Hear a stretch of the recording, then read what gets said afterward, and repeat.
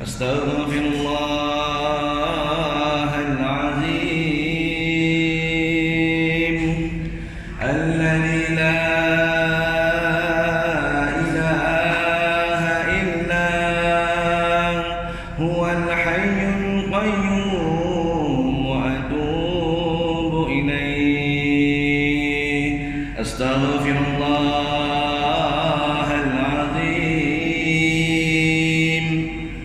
الذي لا إله إلا هو الحي القيوم وأتوب إليه. أستغفر الله العظيم الذي لا إله إلا هو الحي القيوم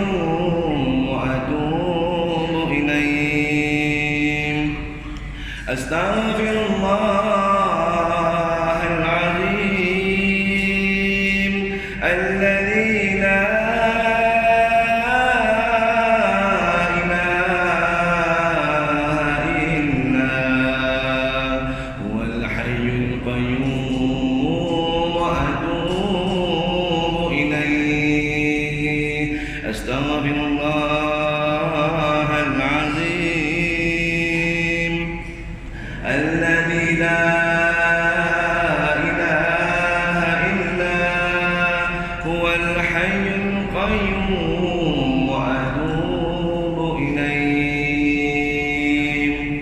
بسم الله الرحمن الرحيم. الحمد لله الذي أرسل رسوله بالهدى ودين الحق ليظهره على الدين كله ولو كره المشركون.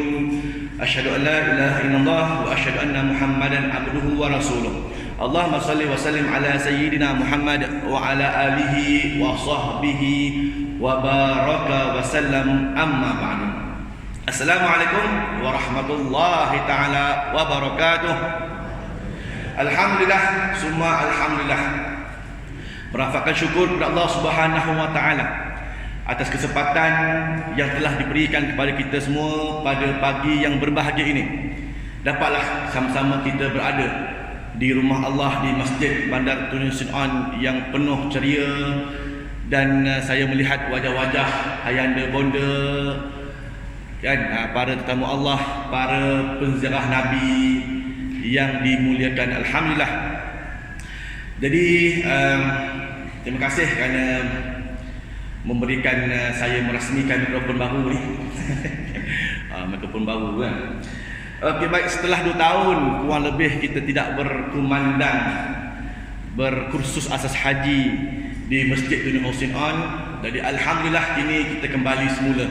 Syukurlah kepada Allah Subhanahu wa taala atas kesempatan dan kurniaan ini, yang mana selama 2 tahun mungkin kita berkursus secara online sahaja kan, tengok dalam YouTube, tengok dalam Facebook dan sebagainya.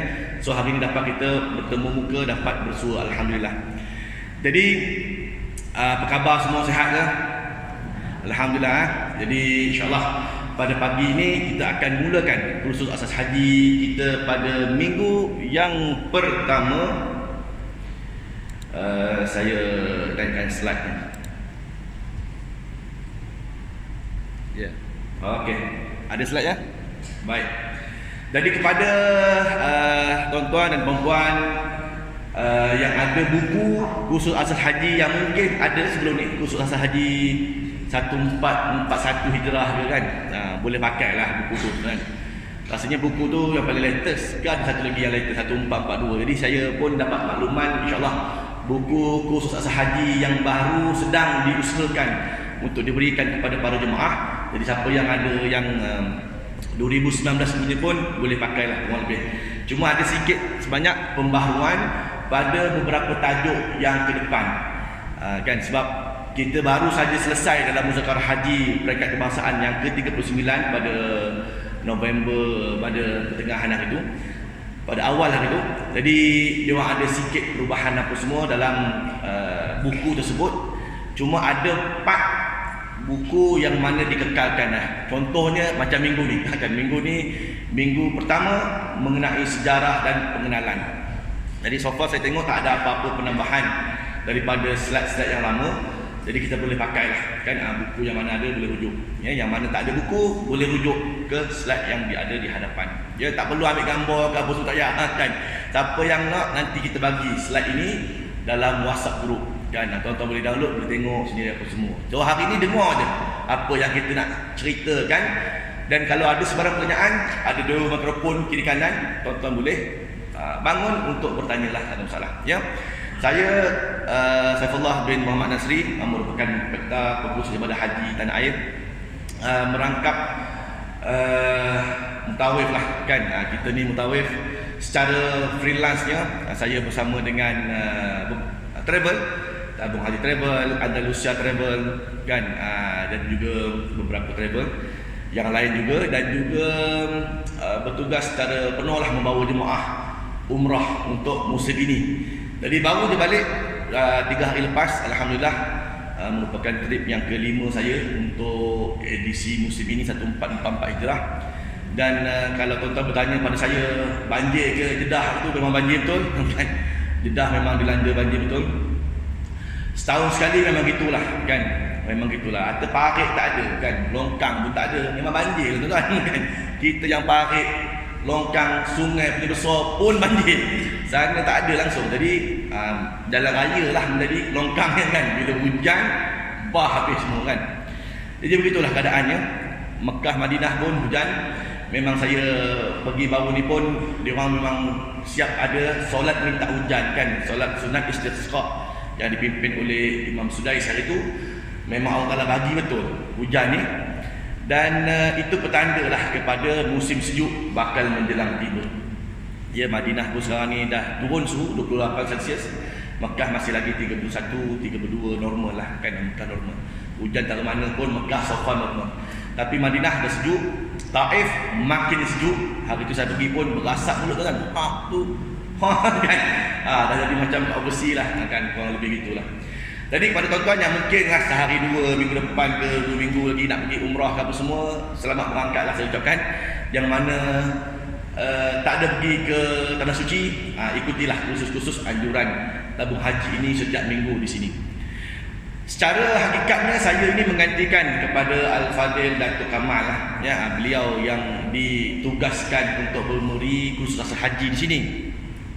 Namun sebagai backupnya, kalau sekiranya kursus utama tak boleh hadir, maka kita yang backup inilah untuk bagi kursus apa semua. Jadi kurang lebih begitulah ya, insyaAllah. Jadi untuk tajuk yang minggu ini, minggu yang pertama, sejarah dan juga pengenalan Tanah Suci Mekah dan juga Madinah. Cuba angkat tangan tengok siapa yang pernah pergi ke Mekah, Madinah. Yang pernah pergi kan, yang pernah pergi. Oh, ramai. Okey, baik, saya boleh lihat di sini, boleh katakan separuh mungkin pernah pergi, separuh mungkin tak pernah lah ya. Yang pernah pergi mungkin bersama umrah lah kan, umrah apa semua. Jadi inilah haji yang mungkin pertama. Mungkin juga haji yang kedua, dulu dah pernah pergi haji, tapi lepas balik haji 5 tahun boleh daftar lagi apa semua kan. Jadi rezeki tuan-tuan lah. Adapun sekarang ini tidak boleh lagi kan. Sekali seumur hidup je lah dapat pergi haji. Oleh kerana ibadah haji ni sekali seumur hidup, maka kita hari ni adakan kursus-kursus begini. Sebab kita nak bagi kepahaman yang betul-betul, kita tak nak membuang masa di sana selama kurang lebih 45 hari tuan-tuan kat Mekah, Madinah, tak dapat info yang betul Mekah, Madinah dari sudut ibadah dan sebagainya. Ini ibadah yang kita buat seumur hidup, baru pertama kali lah nak buat. Sedang sembahyang kita hari-hari sembahyang pun ada kelompangan di sana sini. Ini kan pula yang bersifat seumur hidup, sekali baru nak buat. Jadi oleh demikian, hadirlah khusus mingguan. Okey, baik, terus saja kita masuk ke tajuk hari ini. Maka semua pun kita mulakan dengan lafaz talbiyah lah tuan-tuan. Lafaz talbiyah ini merupakan lafaz selamat datang. Jadi semua jom ikut saya, kita bertalbiyah di awal-awal ini.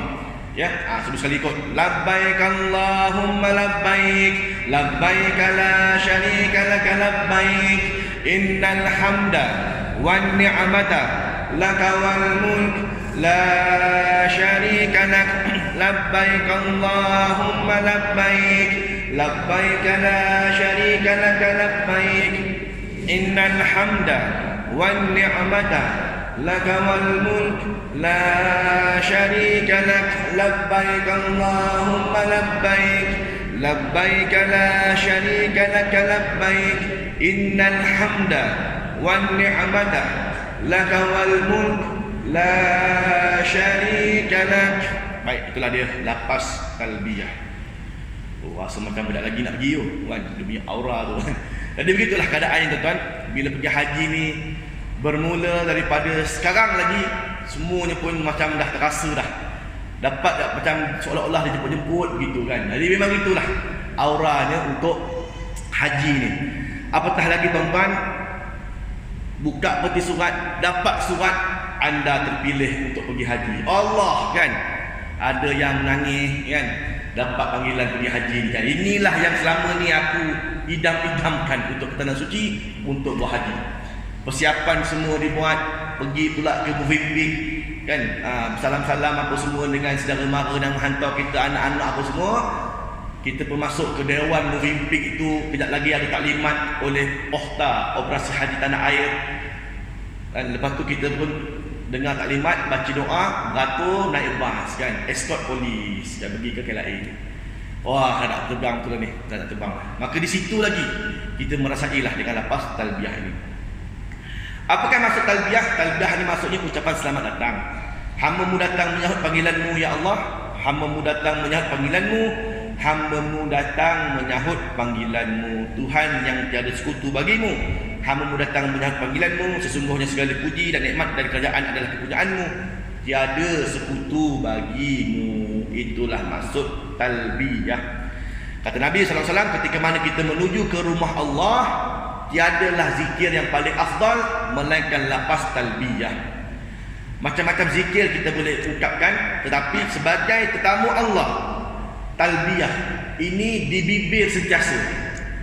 Ya, sama ada tuan-tuan buat haji ifrad ke, buat tamattu' ke, buat qiran ke, apapun mood tuan haji buat aku semua, haji aku yang kita pilih, tak ada masalah. Kita masuk ke tanah suci dan basahkan lidah dengan lapas talbiyah. Antara objektif yang kita nak capai adalah yang pertama sekali, konsep taubat dan juga keikhlasan dalam ibadah haji. Nak pergi haji ni tuan-tuan, hati mesti ikhlas. Dari sekarang lagi ikhlaskan niat kita untuk pergi ke tanah suci. Ikhlas ni macam mana tuan-tuan? Kita ni kepada Allah Subhanahu Wa Taala serta seluruh manusia yang sama ada kawan-kawan saudara mara kita ni tak ada apa masalah lah. Itu maknanya ikhlas. Baik dengan manusia pun tak ada masalah, dengan Tuhan pun tak ada masalah. Semayang kita baik, puasa kita baik, apa semua baik, sedekah kita banyak. Dengan manusia kita tak pernah hasad dengki, kita tak pernah berdendam, kita tak ada iri hati dengan orang dan sebagainya. Jadi keikhlasan itu menyebabkan kadang-kadang kita terpilih untuk dapat pergi haji. Walaupun kota kita mungkin lama lagi. Orang lain kadang-kadang kotanya macam lagi rendah daripada kita. Kita punya kota mungkin 2080 begitu. Tiba-tiba kita pula dapat pergi awal. Jadi mungkin antara sebabnya keikhlasan kita dalam ibadah kita. Yang kedua, ujian kesabaran dalam membuktikan amal ibadah. Ini memang betul. Haji ini merupakan salah satu daripada medan ujian.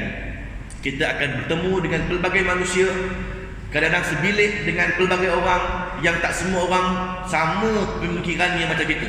Oleh demikian, sabar. Adab dan juga kelebihan tanah haram, insya-Allah kita akan uraikan nanti. Sejarah Kaabah, sistem Masjidil Haram juga sama. Kelebihan Madinah dan juga tempat bersejarah, kawasan-kawasan Masyair, Arafah dan Mina, kelebihan dan juga adab minum air Zam-Zam. Ini semua adalah objektif yang kita capai pada hari ini insya-Allah. Dan secara kandungannya kita akan go through lah satu persatu. Baik tuan-tuan, inilah dia Masjidil Haram kan. Masjidil Haram. Selama ni dapat tengok di TV aja. Tiba-tiba kita hari ini sudah sampai ke tempatnya. dapat melihat masjid aja, belum dapat tengok Kaabah lagi, baru tengok masjid aja. Oh, ada yang sebab rasa sayu kan, sayu berarti. Saya tak tahulah orang lain kan, tapi saya yang membawa jemaah umrah boleh katakan kat bulan ni pun, setiap kali nak pergi Mekah ni dia ada something rasa gitu kan. Nak masuk ke tanah suci Mekah tu, dia boleh sebab lah kan, dia rasa macam berat sikit hati kan. Dia rasa macam diperah hati, rasa kita ni Allah bawa dosa banyak apa semua. Begitulah keadaannya. Memang betul lah. Apabila nampak aja Kaabah depan mata, wah dah tak boleh tahan ni kan. Semua dah tutup muka, tutup hidung kan. Dah sebab lah rasa kan. Sebab inilah impian kita pada usia kehidupan kita ni, nak datang ke tanah suci apa semua. Baik, secara hakikatnya Mekah ini memang panjang sejarahnya, tapi bila kita rukaikan secara ringkasnya dalam slide ini, tempat Adam dan juga Hawa kan. Tuan-tuan, ketika mana bumi ini dah disediakan oleh Allah Subhanahu Wa Taala kan, bumi ini wujud aja dalam alam semesta kita ini, memang Allah dah gazetkan Mekah itu tanah haram sejak dulu lagi, sejak azali lagi. Sebab tu yang dikatakan yang membina rumah mula-mula di Mekah ini ataupun di Mekah di Baitullah ini adalah malaikat itu sendiri kan. Malaikat itu sendiri yang turun bertawaf dan sebagainya. Namun walaupun situ ada khilaf lah oleh para ulama dan sebagainya dari sudut sejarah, tapi benda yang paling hakikat sejarah yang paling tidak dapat dinafikan inilah dia, iaitu pertemuan Adam dan juga Hawa lah. Mereka berada di syurga. Ini sejarah semua orang tahu kan. Adam diciptakan oleh Allah Subhanahu Wa Taala, kemudian diciptakannya pula pasangannya iaitu Hawa. Kemudian apabila mereka melakukan sedikit kesilapan kerana melanggar perintah Allah Taala, jangan makan buah tersebut, jangan kau hampir kepada pohon tersebut kan, tetapi mereka terlupa kan. Kita tak kata Nabi ni salah kan, Nabi ni semua maksum kan. Mereka ini tersilap, itu memang sifatnya. Maka mereka itu diturunkan ke dunia ini. Apabila turun, Adam dikatakan turun di Sri Lanka gitu kan, Hawa diturunkan di Jeddah. Nama pun Jeddah. Jeddah itu Jaddatun maksudnya nenek. Nenek itu merujuk kepada Hawa. Jaddatun Jeddah. Jeddah itu merujuk pada Siti Hawa lah. Sebab tu ada makam Siti Hawa pun dekat Jeddah itu. Baik, kemudian apabila terpisah, ada yang mengatakan 100 tahun, ada yang mengatakan 200 tahun, maka mereka bertemu kembali di mana? Di Arafah kan, di Arafah, tempat pertemuan Adam dan Hawa. Yang hari ini kalau pergi Arafah apa orang buat? Doa minta jodoh kan. Mana ada dalil Nabi mengatakan pergi Arafah minta jodoh? Tak ada dalil. Ya, tak ada. Maka ramailah yang doa kat jodoh itu kan. Sebab apa? Sebab dengar-dengar cerita kan, orang tua kata gitu. Pergi Arafah doa jodoh. Ada doa minta jodoh, ada doa tambah jodoh, macam-macam kan. Kan? Maka kadang-kadang yang naik tu laju, orang lelaki naik. Bang, laju nampak kan. Rupanya yang seorang isteri-isteri ni jangan duk amin amin je, duk belakang suami tu duk amin amin amin amin amin. Balik Nasya dia pun pasal cawangan. Apa salah pasal cawangan ni? Bukan awak dulu amin kan, kat Jabal Rahmah tu kan. Cerita ni kan. Jadi oleh demikian tak ada dalil yang sahih pun cerita kenaan dengan doa jodoh di Arafah, tak ada. Tapi tidak menafikan bahawa Arafah ini memang tempat yang mustajab doa. Doa lah aku pun doa. Antaranya doa antara pertemuan Adam dan Hawa lah di Arafah. Maka Adam dan Hawa berjumpa semula di Arafah. Kemudian mereka melakukan taubat kepada Allah Subhanahu Wa Taala. Kan fatalaqa Adamu min rabbih kalimatin fataba alaih innahu huwat tawwabur rahim. Kemudian Nabi Adam menerima dari Tuhannya beberapa kalimah, kata-kata pengakuan taubat yang diamalkannya. Lalu Allah menerima taubatnya. Sesungguhnya Allah dialah yang Maha Pengampun, iaitu penerima taubat lagi Maha Mengasihani. Ketika mana mereka bertemu semula, kata ulama mereka ini memohon taubat kepada Allah.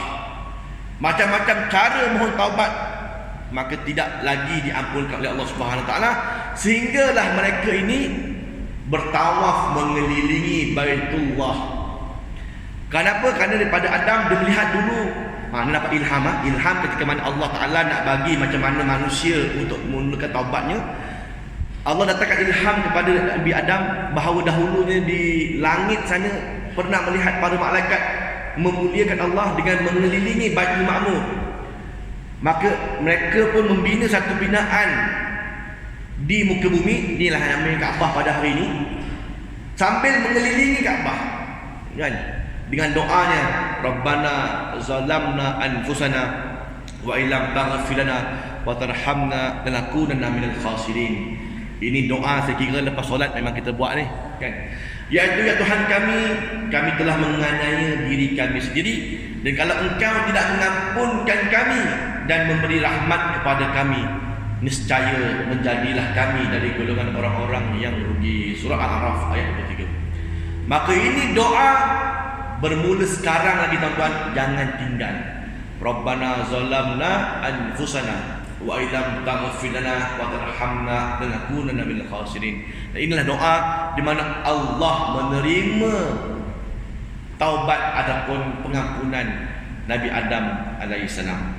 Oleh demikian kita boleh amalkan, ya.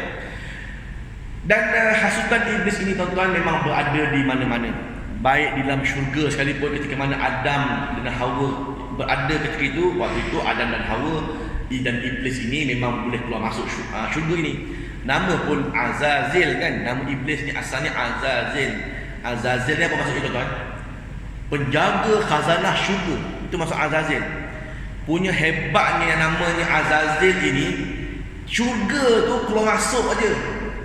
Nak kata hebat tak hebat Azazil. Sebab itulah tuan-tuan, iblis ataupun Azazil ini satu makhluk yang banyak dan lama ibadah dia. Dia tak heran kepada kita, tuan-tuan. Tuan-tuan mengaku tuan-tuan banyak ibadah, Azazil tengok gitu je, kan? Apa, baru beberapa tahun aja ibadah. Dia ibadah ribuan tahun. Sebab tu dia tak pernah takut dengan doa kita banyak-banyak. Dia tak pernah takut dengan kita punya ibadah banyak-banyak. Tak ada, kan? Walaupun banyak sekali ibadah kita apa pun, tapi kalau ada kesombongan dalam hati, itu sifat dia tu. Semayang banyak, sedekah banyak, puasa banyak, tapi kalau ada sombong dalam hati, geling kepala dengan Azazil lah. Dia bukan aku je, begitulah, kan? Sebab Azazil ni dia ibadah banyak, tapi Allah halau dia keluar dari syurga. Apa sebab? Satu kesalahannya, iaitu sombong. Sombong dia pada Allah kerana tidak mahu hormat Adam atas perintah Tuhan. Itu aja kesilapan iblis ataupun Azazil ini. Oleh sebab sombong itu dihalau keluar daripada syurga, maka berdendamlah dia, kan? Berdendamlah dia kepada manusia pada hari ini. Baik, so hafazatun iblis ini berada di mana-mana. Ketika mana Allah Ta'ala berfirman juga dalam surah An-Nas, alladzi yuwaswisu fi sudurin nas minal jinnati wan nas, yang melemparkan bisikan dan hasutannya ke dalam hati manusia, iaitu pembisik dan penghasut dari kalangan jin dan juga manusia. Okey, baik. Kemudian keikhlasan ini memberikan kita satu langkah untuk hampir kepada Allah Subhanahu Wa Taala.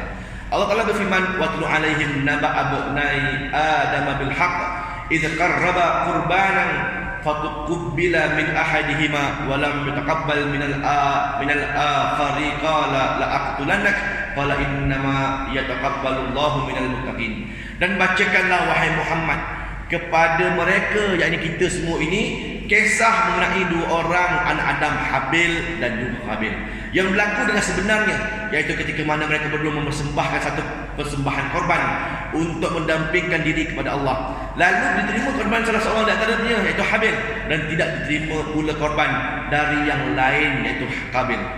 Berkata Qabil, sesungguhnya aku akan membunuhmu. Habil menjawab, hanya saja Allah menerima korban dari orang-orang yang bertakwa. Ini antara amalan yang boleh tuan-tuan amalkan, iaitu ketika mana tuan-tuan pergi haji, jangan lupa buat ibadah korban. Sebab ibadah korban ini lama, ibadah yang antara yang lama dan juga tua lah dalam dunia ni, namanya ibadah korban. Selain daripada solat apa semua, ibadah korban juga adalah ibadah yang mula-mula ada, iaitu ketika mana ni Qabil dan Habil. Qabil ni lah, kan, kalau tu kisahnya secara ringkas saya bercerita bahawa Qabil ini anak Nabi Adam. Ketika mana Nabi Adam AS dan juga Hawa diterima taubatnya, baru Allah Ta'ala kurniakan zuriat kepada mereka. Asalnya tak ada zuriat. Bila taubat mereka diterima, barulah keluar anak, iaitu kembar yang pertama Qabil dan juga Iklimiyah. Tahun depannya Habil dan juga Labuda. Bila cukup umur nak kahwin lah kan, nak kahwin apa semua, maka syariat ketika itu boleh kahwin adik-beradik tapi kahwin silang tahun. Maka Qabil kena kahwin dengan kembarnya Habil iaitu Labuda, Habil kahwin dengan Iklimiyah, itulah di silang tahun. Tapi Qabil tak ada, dia nak kahwin dengan Iklimiyah, dia punya kembar dia sendiri. Apa sebab? Sebab Labuda tak comel, Iklimiyah comel lagi gitu kan. Maka berebut perempuan tuan-tuan, zaman Qabil Habil lagi berlaku ke zaman sekarang ni berlaku kan.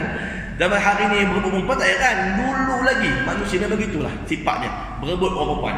Jadi oleh demikian Allah Ta'ala kata boleh dapat Iklimiyah dengan syarat persembahkan korban. Siapa korban yang diterima, dia dah dapat Iklimiyah. Qabil yang nak Iklimiyah bawa persembahan gandum-gandum kering. Habil persembahkan seekor kibas yang gemuk kan, letak persembahan dekat dulu bukit, datang kilat sambal Habil punya korban, hilang Habil punya kibas. Mana pergi? Adalah tempatnya kan, nanti kita cerita kan. Maka korban Habil itu diterima oleh Allah SWT. Maka Habil lah dapat kahwin dengan Iklimiyah. So Qabil tak berhati, ni nampak ni ayat ni, dia tak berhati, hempuknya Habil kat belakang, mati dia. Maka kata Qabil, celaka aku dah bunuh saudara aku ni, apa nak buat ni? Maka tak lama kemudian datang seekor gagak kan, bergaduh. Ini gagak seekor mati, datang gagak seekor yang mana membunuh tu, dia pun kuih tanah, tolak kawan yang gagak seekor lagi ni, dia pun kambus. Maka dapat ilham ketika itu, manusia pun samalah, bila mati dikebumikan, tidak dibakar, tidak digantung macam pokok kan. Tuan-tuan jangan, kalau orang asli dekat, orang asli saya pernah pergi dekat Tasik Bera sana, dia kalau mati tak dikebumikan, digantung atas pokok. Apa sebab? Kata tak batin tu, ini mayat bagus, dah mati pun disedekah lagi, dia datang untuk makan kan, habis dia tulang, lepas sebulan dia tulang habis kan. Jadi itu pahaman dia lah kan, tapi kita tak ada, kita kebumikan. Maka inilah cerita berkaitan dengan ikhlasnya Habil dalam mempersembahkan korbannya. Si korbannya itu diterima oleh Allah Subhanahu wa ta'ala. Tuan-tuan nanti ada kesempatan pergi Mekah Madinah dalam bulan haji, buat korban, jangan lupa kan. Kemudian sejarah kehidupan Nabi Ibrahim pula, habis cerita pasal Nabi Adam dan juga Hawa, panjang cerita dia, nanti tuan-tuan boleh dengarlah cerita tu panjang dengan mutawif nanti bila kat sana. Kemudian berlaku bah besar tu lah, banjir besar berlaku ketika mana Nabi Nuh AS habis tenggelam, habis dengan Kaabah semua habis, hilang. Maka ketika mana era Nabi Ibrahim AS membawa Hajar dan puteranya Ismail ke tengah-tengah padang pasir daripada Palestin. Ibrahim nikah dua, mula-mula kahwin dengan Siti Sarah, mandul, tak ada anak. Maka diberi izin untuk nikah satu lagi, dapatlah Hajar kan. Nikah dengan Hajar, dapat puteranya itu Ismail, dapat anak Nabi Ismail AS. Tak berapa lama Nabi Ismail lahir, Sarah pula mengandung kan, gitulah. Maka cemburulah gitu kurang lebih. Maka perintah Allah Ta'ala, wahai Ibrahim, kau bawa Hajar dan juga Ismail atas perintah aku ke sebuah tempat. Nabi Ibrahim tak tahu nak bawa ke mana, dia bawa je lah Hajar dan juga Nabi Ismail, bawa daripada Palestin tu turun bawa, sampailah ke lembah. Jadi Mekah ni kan, ke lembah. Sebab Mekah tuan-tuan, semua kelilingnya semua bukit, dia macam lembah. Itulah Mekah. Nama pun Mekah ni nama lainnya Bakkah. Bakkatun maksudnya lembah. Lembah. Sebab itulah bila hujan mau tak banjir Mekah, Kaabah tu banjir kan. Apa sebab? Sebab nama berlembah. Dulu memang banjir betul, tapi sekarang ni dengan pemerintahan bagus apa semua, tidaklah banjir, tapi mengalir juga air teruk kan. Jadi dibawa ke sebuah lembah dan juga diperintahkan untuk ditinggalkan mereka berdua di situ. Maka ketaatan Nabi Ibrahim AS, dan dia bertawakal kepada Allah SWT kerana meninggalkan kezuriat dan keturunannya di sebuah tempat yang tak tahu mana apa tempat ni kan, ditinggalkan di padang pasir, apa pun tak ada. Maka doa Nabi Ibrahim AS menjadikan hati-hati manusia tertarik untuk datang ke Mekah kan. Itu antara doanya lah. Sesungguhnya ya Allah, aku telah meninggalkan keturunan aku di sebuah lembah yang tandus lagi kering.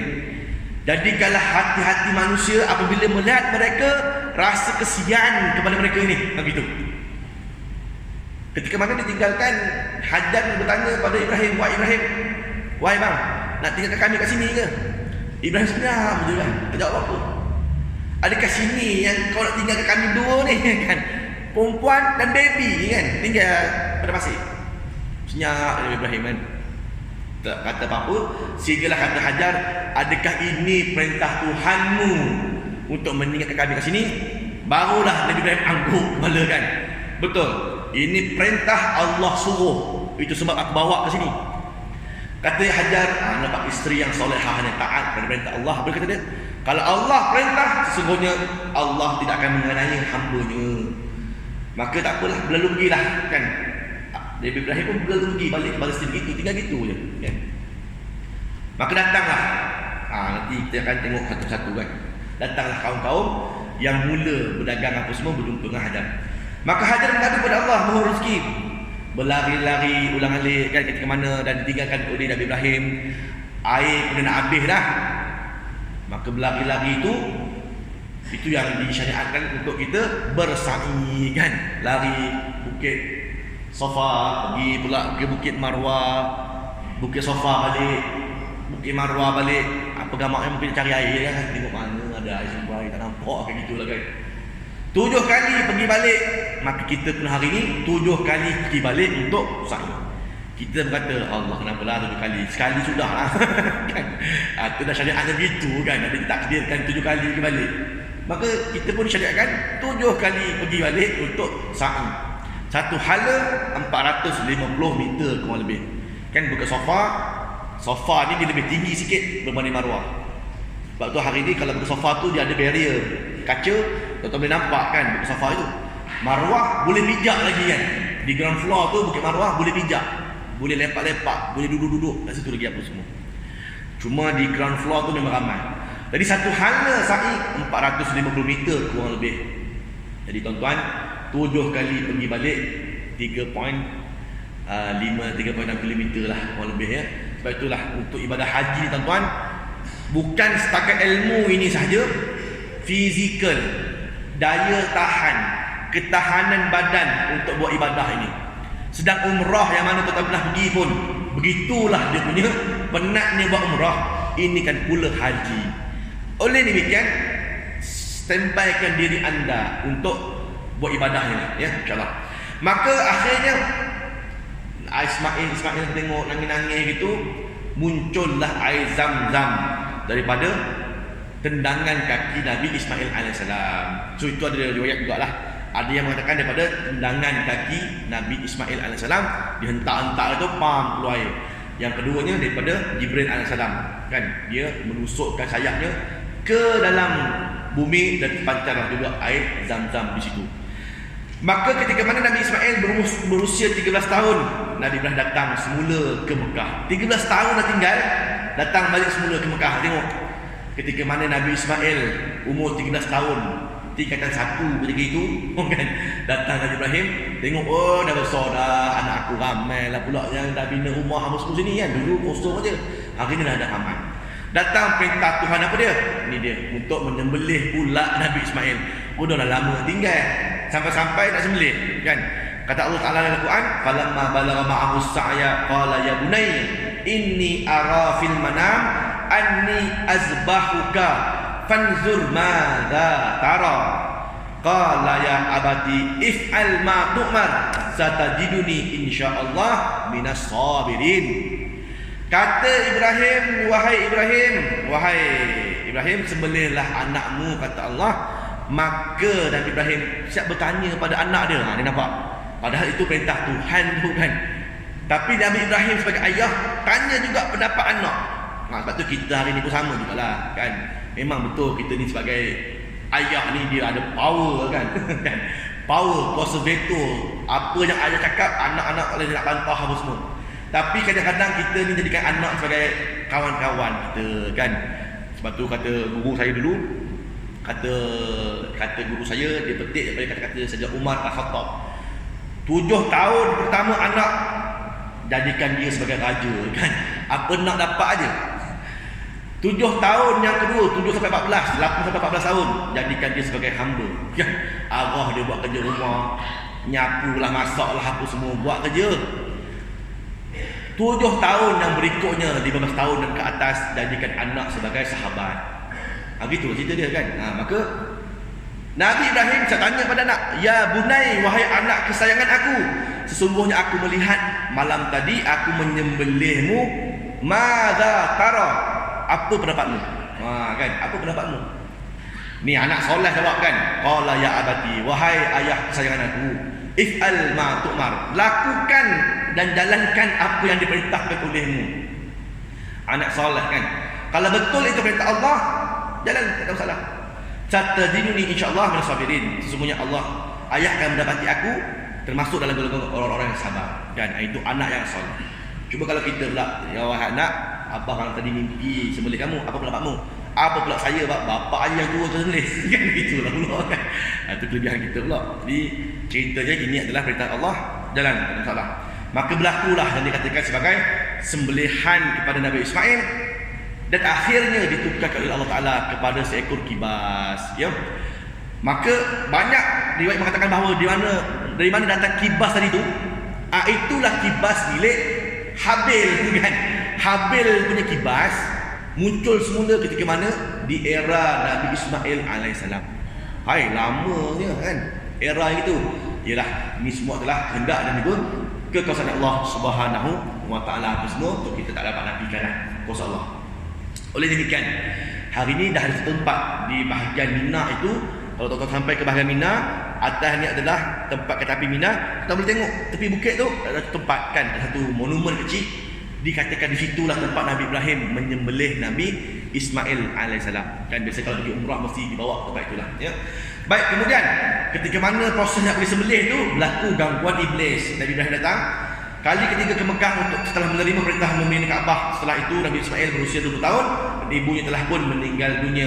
Kata Allah, wa idh jarfa'u Ibrahimul qawa'ida minal bait wa Ismailu rabbana taqabbal minna innaka antas samiul alim. Dan ingatlah ketika Nabi Ibrahim bersama-sama Nabi Ismail meninggikan binaan dasar-dasar tapak Baitullah, iaitu Kaabah itu, sambil keduanya berdoa dengan kata, wahai Tuhan kami, terimalah daripada kami amalan kami, sesungguhnya Engkaulah yang Maha mendengar lagi Maha mengetahui. Ketika mana umur 20 tahun, Nabi Ibrahim datang lagi sekali ke Mekah. Ketika itulah barulah diperintahkan kepada Nabi Ibrahim dan juga Nabi Ismail untuk membina Kaabah. Dan ketika itu Hajar telah pun meninggal dunia.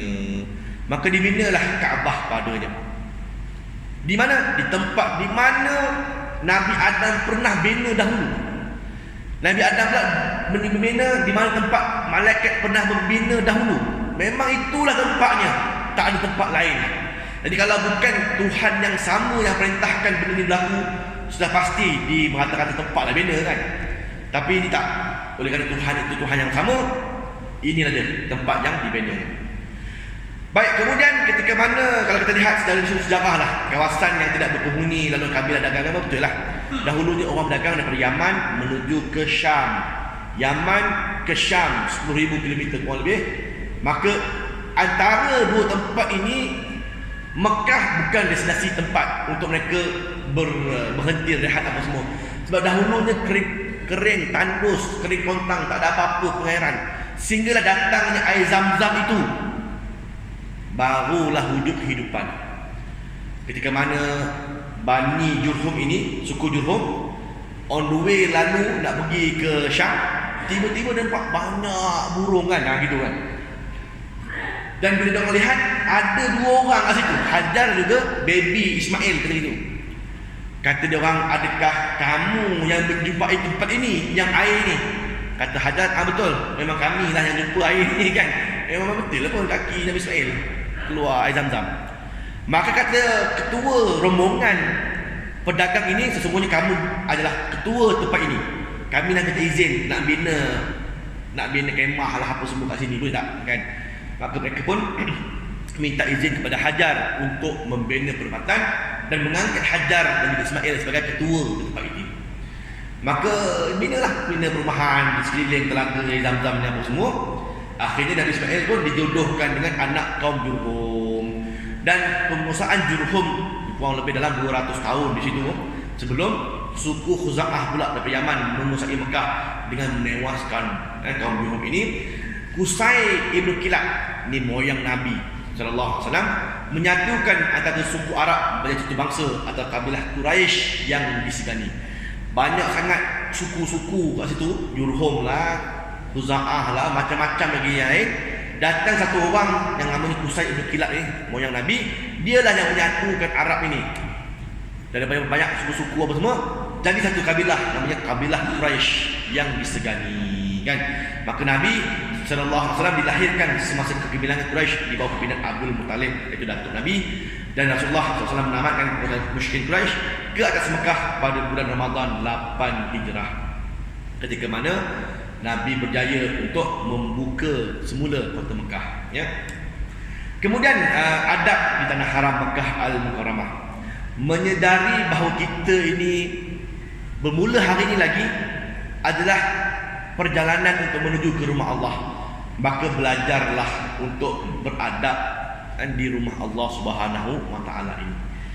Ya, bersyukur dan redha dalam sebarang keadaan, menjauhi cakapan dan perbuatan yang keji, bergantung sepenuhnya hanya kepada Allah. Contoh yang terlihat ibadah-ibadah kita ni kadang-kadang bila di Raudah, contoh ni saya balik baru ni. Raudah hari ni boleh masuk tuan-tuan dengan 2 kali bagi siapa yang pergi dengan travel. 1 kali dengan permit muasasah mereka, 1 lagi dengan apps daripada handphone, iaitu Nusuk, kan? So 2 kali boleh masuk ke Raudah kalau pergi dengan travel agency lah. Kalau pergi sendiri, sekali boleh masuk ke Raudah. Ini yang memang masih lagi dikuatkuasakan oleh orang Saudi, iaitu menggunakan aplikasi Nusuk. Apabila kita dah apply dekat Nusuk ni apa semua, hari dan juga tempoh bila yang kita nak masuk, kita membantu awal kat luar sana, tengok dia check apps kata tu, check semak, dapatlah masuk. Dah masuk apa semua, dia akan dikurung dulu dekat bahagian luar tu, ada kandang dia, ada 4, 1, 2, 3, 4 kat gitu. Okey, dalam pun dah clear, sini pula masuk dulu, masuk kan. Sementara itu dia masukkan pula yang lain, masuk sini, yang sini tunggu. Sini habis keluar, sini pula masuk. Begitulah kurang lebih. Maka dengan aplikasi Nusuk hari ni, orang boleh masuk tenang-tenang ke dalam Raudah tanpa perlu bersesak-sesak macam dahulu. Cuma ialah masa kurang lebih dalam 10 minit dibagi masa kita dalam tu, 10 ke 15 minit. Semayang, maka ramai semayang. Ni semayang apa ni ustaz kan? Kadang-kadang masa tu 2 pagi, 3 pagi nak semayang apa kan? Semayang solat sunat taubat kan? Solat sunat hajat. Lepas hajat taubat, lepas taubat hajat, hajat taubat, taubat hajat, hajat taubat, taubat hajat. Itulah buat sampailah habis kita hendak keluar. Begitulah buat, ya. Dan ketika mana solat, itulah doa kita. Jangan kita habis sembahyang gini doa saja kan. Tengah sujud akhir tu, itulah doa. Habis sembahyang, assalamualaikum warahmatullahi, naik terus sembahyang lagi. Maka ketika mana di Raudah, dalam solat itulah kita berdoa mohon kepada Allah Subhanahu wa taala. Maka tuan-tuan kurang lebih maksimum 15 minit. Saya pernah cuba tuan-tuan menjadi orang yang mula-mula masuk, menjadi orang yang last sekali keluar sampai polis tu. Ya Allah haji, ya Allah kan. Saya cuba try test lah kan. Orang lain sudah keluar, kita last sekali kan. Buat kepala kan. Buat kepala sujud lama-lama. Dia tak ada. Tapi semua dah keluar, saya seorang lah sekali. Alhamdulillah, habis keluar kan. Bermakna berjaya. Saya keluar dan berada dalam Raudah dalam masa 15 minit kurang lebih maksimum tu. Saya keluar je, grup yang lain masuk. Begitulah keadaannya, ya. Jadi kita dalam solat adalah kita berdoa. Tak payah kita pegang-pegang tiang dia, tak payah kan. Pegang-pegang Kaabah, pegang mimbar, pegang tiang, pegang mihrab Nabi. Jangan. Kan sebab benda-benda ini anti lah orang-orang Saudi ni dipantang. Dia tengok kita pegang-pegang gitu tu, ni macam nak ada rapat lah apa macam itulah kurang lebih kan. Dia orang tak boleh kan. Iyyaka na'budu wa iyyaka nasta'in. Ada satu jemaah saya tu kan, jemaah kita ni siap pergi ke mimbar Nabi ni, buka redak ni, dia pakai redak itu, dia usap dekat tangga Kaabah, tangga mimbar Nabi kan gitu, dia usap kan. Saya tengok Allah, apa jemaah aku lah kan, dah pesan dah tadi jangan buat kan. Dia pergi buat pula dah kan, buat pula dah gitu kan. Dia dah pesan jangan buat. Dengan poli Arab tu astagfirullahalazim, astagfirullahalazim kata dia kan. Siap dia bagi dalil lah. Iyyaka na'budu wa iyyaka nasta'in kan. Pada Allah kita menyembah, pada Allah kita meminta sesuatu. Itu je dalilnya kan. Doa sudah. Jangan kita nak pegang-pegang apa semua, nak pegang tak salah, tapi pegang tu macam ada niat lain kan. Awak tu dia usap-usap lah dengan kain redak kan, buka kopiah gitu kan. Allah kan. Dengan perempuan sama juga, saya dapat juga cerita kan dengan perempuan kan. Tergelekong tu. Kan. Dia usap, tiang ya Allah. Ambil barakah lah apa semua, jangan. Doa hanya kepada Allah Subhanahu wa taala. So tadi dia bergantung sepenuhnya kepada Allah. Ya.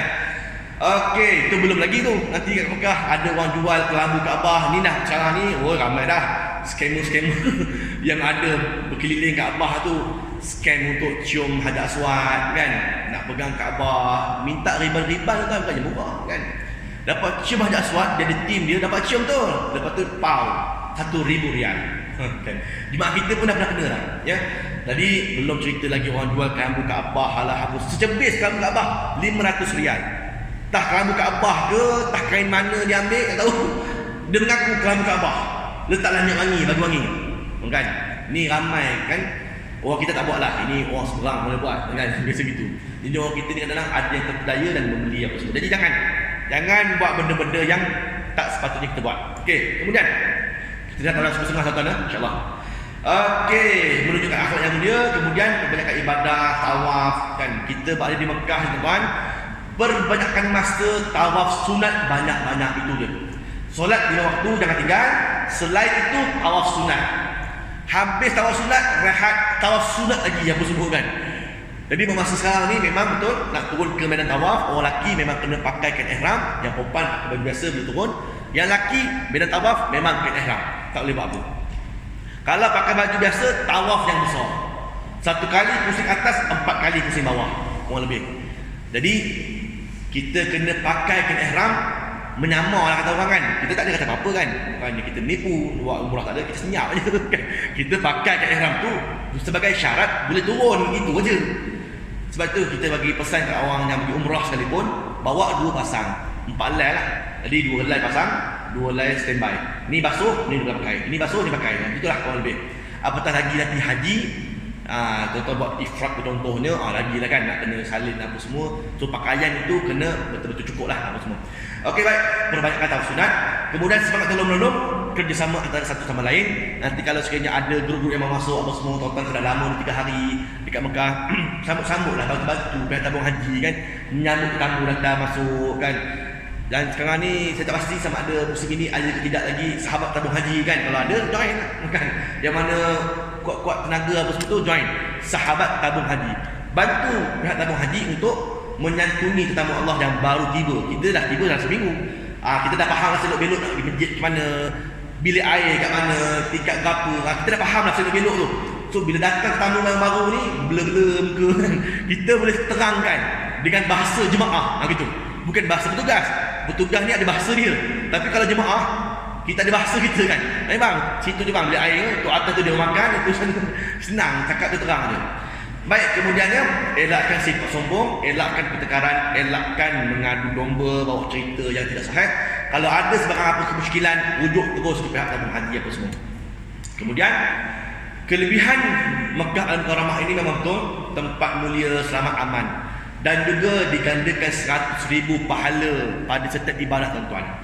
Memang betul tuan-tuan semayang dalam bilik sekalipun 100,000 pahalanya. Semayang di surau di hotel 100,000 juga.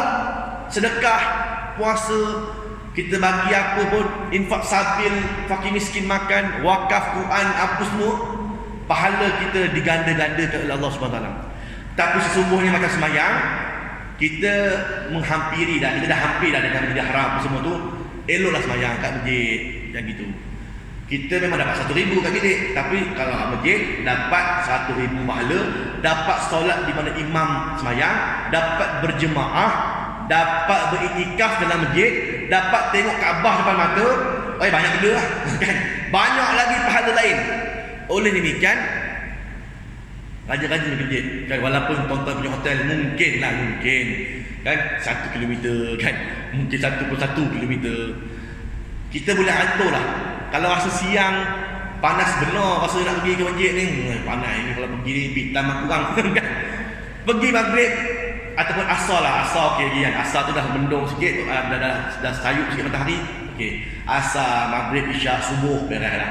Zuhur nanti kan pengsan tengah jalan pula contoh kan. Sebab jauh mungkin kan. Tapi kalau tuan ambil package apa semua dah dekat. Package 80 meter, 50 meter memang saja tak nak pergi masjid, memang sajalah kan. Jadi kalau boleh ambil peluang kan, ambil peluang untuk pergi ke masjid. Kemudian banyak yang tempat-tempat mustajab untuk berdoa, insya-Allah nanti kita akan rungkaikan. Makkah terpelihara daripada wabak taun dan juga fitnah dajjal, betul. 120 rahmat diturunkan di atas Kaabah setiap hari. 120 rahmat Allah, pengampunan Allah pada Kaabah setiap hari. 60 bagi mereka yang bertawaf mengelilingi Kaabah, 40 bagi mereka yang bersolat, dan 20 bagi yang tengok aja Kaabah pun dapat rahmat Allah. Nak ceritalah tuan-tuan bahawa Kaabah ini umpama magnet yang memberikan tuan-tuan pahala yang besar dan juga pengampunan Allah jika sekiranya kita buat ibadah padanya. Tawaf sunat banyak kali, semayang fardu jangan tinggal, solat berjemaah di dalam masjid di hadapan Kaabah, dan juga bagi mereka yang mungkin ada keuzuran tengok aja Kaabah pun boleh. Perempuan yang uzur, kat mana ustaz spot saya nak tengok Kaabah, kalau boleh nak doa tu kalau boleh depan Kaabah. Depan-depan tak boleh lah, uzur. Maka tuan-tuan yang hajah-hajah boleh pergi ke pintu nombor 3. Ni dengan baik ni, boleh catat kan. Pintu nombor 3, pintu Ajiat namanya. Itu adalah pintu untuk orang akses masuk ke medan tawaf. Dia gitu lah pintunya. Yang atas ni adalah untuk naik tingkat atas, babul Ajiat adalah atas, tingkat 1. Ni yang bawah kolong ni. Daripada bawah kolong ni, pintu nombor 3, daripada luar pintu nampak Abah lah. Gitu. So nampak Abah depan sana. So kita pun boleh doa. Sebab ini luar masjid. Luar masjid boleh, orang yang uzur boleh duduk situ, boleh doa, tak ada masalah. Tambah pula kalau contohnya macam kawan wadah kan, nak balik ni, nak pergi Madinah ke, nak balik Malaysia ke, maka orang lain buat tawaf wadah, kita rasa sedih lah, Ustaz tak dapat tawaf wadah lah, akan sedih benar rasa. So pergi ke pintu nombor 3 tadi tu, nampaklah Kaabah kan, bolehlah doa kat situ kat luar tu kan, jemputlah aku ya Allah lagi sekali untuk datang pada musim umrah nanti ke apa semua doa itu insya-Allah. Ya, pintu nombor 3 Ajiat, itu adalah tempat wanita boleh doa nampak Kaabah. Okey, dan juga janda waktu yang ditegah untuk mengerjakan solat sunat. Mekah sahaja bila-bila masa dan di mana jua tuan-tuan boleh buat solat sunat, apa solat pun boleh. Lepas subuh, lepas asar boleh berlaku. Solat taubat, solat hajat, apa pun boleh. Itulah kelebihan tanah haram Mekah Al-Mukarramah. Beza dengan Madinah kan, Madinah tak boleh. Madinah ada waktu-waktu yang diharamkan solat, macam kita di tanah air juga tak boleh. Tapi kalau di Mekah tak ada masalah. Sebab apa? Itulah tanda kemuliaan kota Mekah Al-Mukarramah berbanding tempat-tempat yang lain. Okay? Baik, ini dalil 1,000 pahala bagi mereka yang beribadah kan di tanah suci Mekah Al-Mukarramah. Saya sikit itu. Kemudian tiada waktu ditegahkan untuk solat apa semua, tuan-tuan boleh buat solat bila-bila aja. Kemudian tempat mustajab doa, ni saya nak cerita kepada tuan-tuan antara spot-spot kan mustajab doa. Yang pertama sekali depan Kaabah tu lah, memang betul. Ketika mana tuan-tuan bertawaf, itulah yang paling nombor 1 mustajab doa. Ni kita petik ni tuan-tuan di dalam kata-kata Imam Hasan Al-Basri rahimahullah taala. Dia kata ketika mana bertawaf itulah paling afdal doa. Tak ada tempat lain yang boleh challenge keafdalan tempat untuk berdoa melainkan ketika tuan-tuan bertawaf mengelilingi Kaabah ini. Tengah tawaf itu nyatakan, lontarkan hajat-hajat tuan-tuan. Nyatalah apa pun nak buat. Dalam banyak-banyak doa jangan lupa minta 4 doa. Ni saya pesan ni. Ni guru saya pesan ni kan. Banyak-banyak doa tuan-tuan minta itu, minta ini, apa pun minta lah situ. 4 doa ni jangan lupa minta kata guru saya. Yang pertama sekali minta ampun dosa. Ini nombor 1. Kan? Nombor 1 minta apa? Minta ampun dosa. Dosa dahulu, kini dan juga kemudian. Minta Allah Taala ampunkan dosa itu. Yang kedua, minta Allah redha kita sebagai hamba dia. Ini nombor 2. Sebagai manusia yang hidup dalam muka bumi Allah, hidup dalam dunia ni, Allah redha, beres. Apa pun tuan minta, insya-Allah dapat. Tak ada musibah yang datang pada kita tanpa izin dia apa semua. So, Allah redha. Yang ketiga, minta mati dalam husnul khatimah. Itu dia. Apa pun yang kita buat, pengakhiran kita nak minta mati husnul khatimah. Dan yang keempat, minta syafaat Nabi sallallahu alaihi wasallam besok di akhirat. Kan? Ni dia empat. Okey. Minta Nabi beri kita syafaat. Ya. Kalau astagfirullah, tambah satu lagi yang kelima, iaitu minta masuk syurga tanpa hisab. Kan ada dia, ada 5 kan. Minta Allah Taala masuk kita masuk syurga tanpa hisab. Ini 5 benda ni tuan-tuan, jangan lupa minta pada Allah. Yang lain-lain itu sampingan, nak minta apa minta lah situ. Tapi 5 benda ni jangan lupa minta. Di mana? Ketika mana bertawaf depan Kaabah dalam Hijr Ismail untuk solat apa semua tu, hari dah dibuka, alhamdulillah dah dibuka, cuma berebut masuk. Bila kita nak masa yang sesuai untuk kita berebut masuk dalam Hijr Ismail, lepas solat. Bila waktu solat tu tuan, kalau boleh masuk awal sikit. Orang lelaki lah dapat ibadah lebih sebab orang lelaki depan kan. Orang lelaki pakai ihram, bila waktu solat itu ambil bahagian depan sikit, di bahagian depan. Okey. Dia di bahagian depan, ketika mana habis solat, dah habis sembahyang, terus berebut masuk ke Hijr Ismail. Itu memang berebut tuan-tuan lah. Dulu pun berebut, hari ni pun memang berebut betul. Tapi dulu selain daripada waktu solat dibuka, tapi hari ni lepas waktu solat kejap dah tutup. Jadi oleh demikian bolehlah sembahyang tu kalau boleh di tempat pintu masuk. Kalau kita tengok ni Kaabah, ni bentuk C gitu kan. Ni Kaabah ni C. Pintu masuk ke mana? Sini pintu masuknya. Bukan sini. C tutup, sini kita pun sembahyang kat sini lah. Sembahyang fardu kat depan ni apa semua.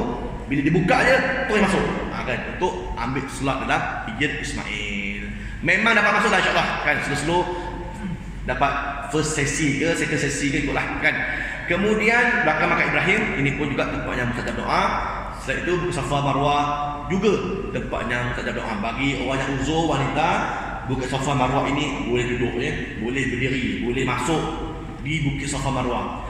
Jalan nak masuk mana? Sama juga melalui pintu nombor 3 tu, ikut tepi Istana Raja, terus masuk melalui pintu Babu Safa. Boleh masuk. Untuk orang yang uzur boleh masuk lah. Safa Marwah tu dalam bangunan pun boleh masuk orang perempuan yang uzur. Itu bukannya masjid, itu adalah bukit ya. Walaupun dia tutup macam masjid, ada ikon, tapi dia adalah bukit. Maka orang yang uzur boleh duduk dekat Safa Marwah ya, jangan salah. Dan doa, sebab apa? Tempat mustajab doa.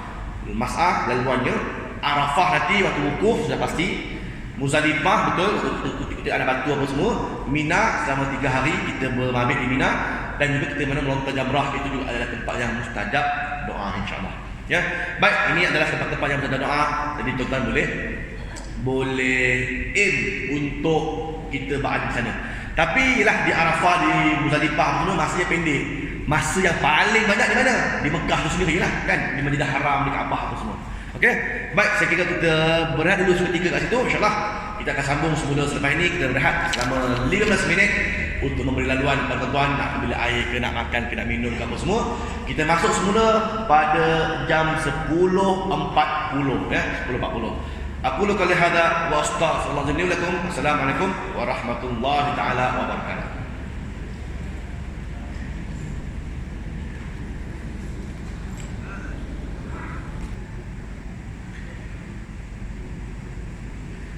Subhanallah, alhamdulillah, wa la ilaha illallah.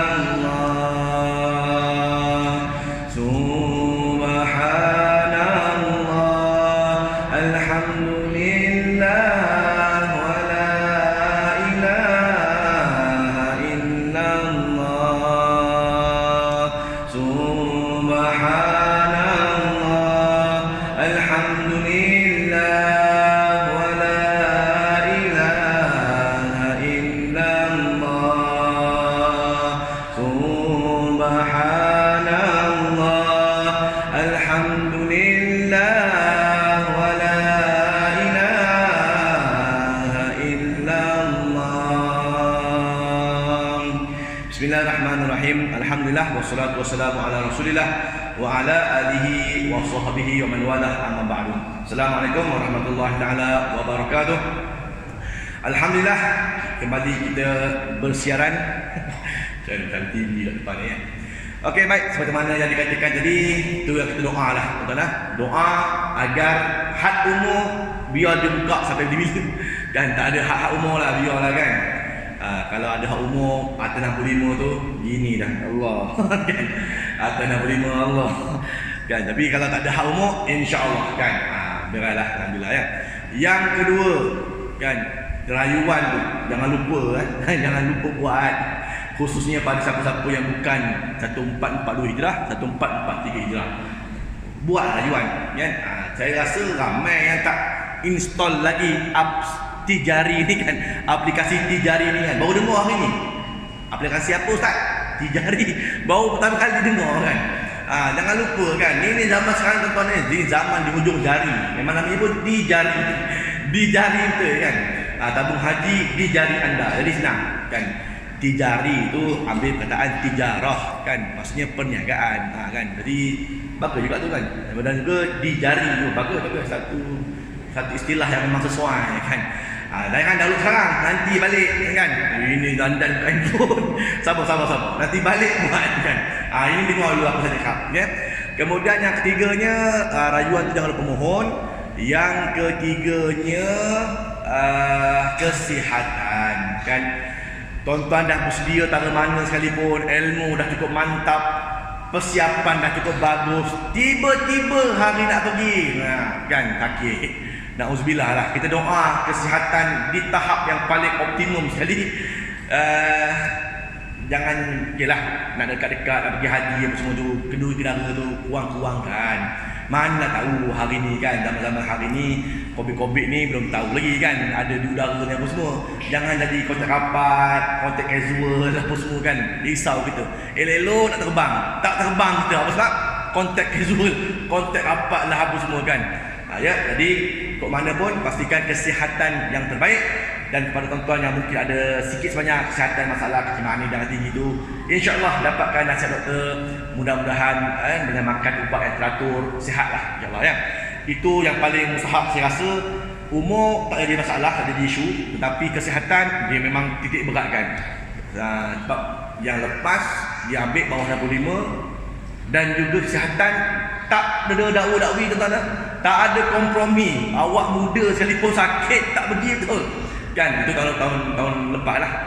Kata lepas tahun ni lah kan, hari tu. Maksudnya 1443 Hijrah musim lepas kan. Jadi oleh demikian untuk musim ini jagalah kesihatan anda. Okey, baik. Terusnya kita menuju ke sejarah Kaabah dan juga Masjidil Haram ya. Rumah ibadah yang pertama didirikan di muka bumi, macam mana saya katakan tadi di awal-awalnya, memang betul kan.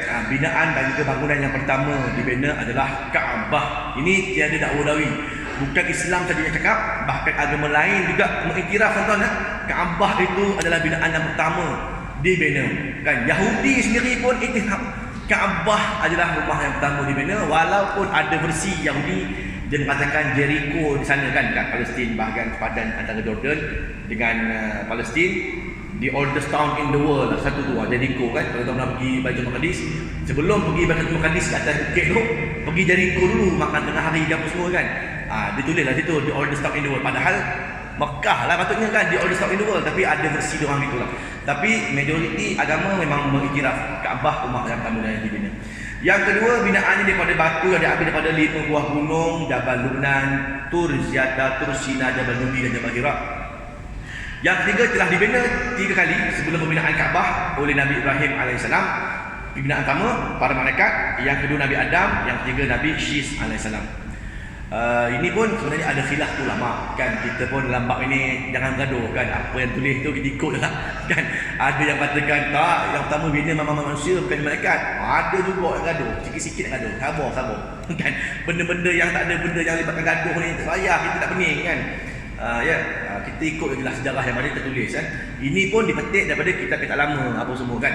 Yang ketiga, yang keempat, tingginya 14 meter, panjang 12 meter, lebar 11 meter ya. Macam kita tengok hari ini, itulah dia kurang lebih.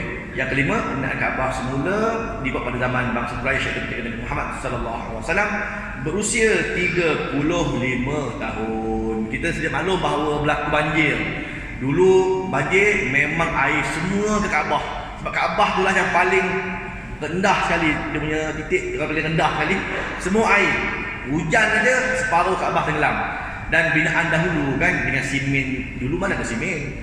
Dulu orang ambil tanah-tanah, tapis, lepas tu bancuh dengan air, dia melekat terus tempik kan dekat batu, letak batu simen, letak batu-batu. Jadi panas, hujan sikit sebanyak tak pun. Tapi kalau banjir, roboh kan, kebab air kan, jadi roboh. Jadi beberapa kali jugalah telah dibina apa semualah. Dan juga Baitul Ma'mur, dan Allah Taala berfirman dalam surah Tur ayat 4, wal Baitul Ma'mur. Baitul Ma'mur adalah tempat ibadah untuk malaikat di langit, sama seperti Kaabah di bumi. Dan ini memang kebesaran Allah Subhanahu Taala. Sebab tu ada orang kata, Ustaz, Allah Taala ni Maha Kuasa, kenapa Allah Taala perlukan pembantu malaikat? Ni kita kena faham ni kan, malaikat bukan bantu Allah. Siapa kata malaikat bantu Tuhan? Allah ni dia tak perlukan pembantu, tak siapa pun nak bantu dia. Allah cipta para malaikat itu menunjukkan kekuasaan dia, bukan bantu.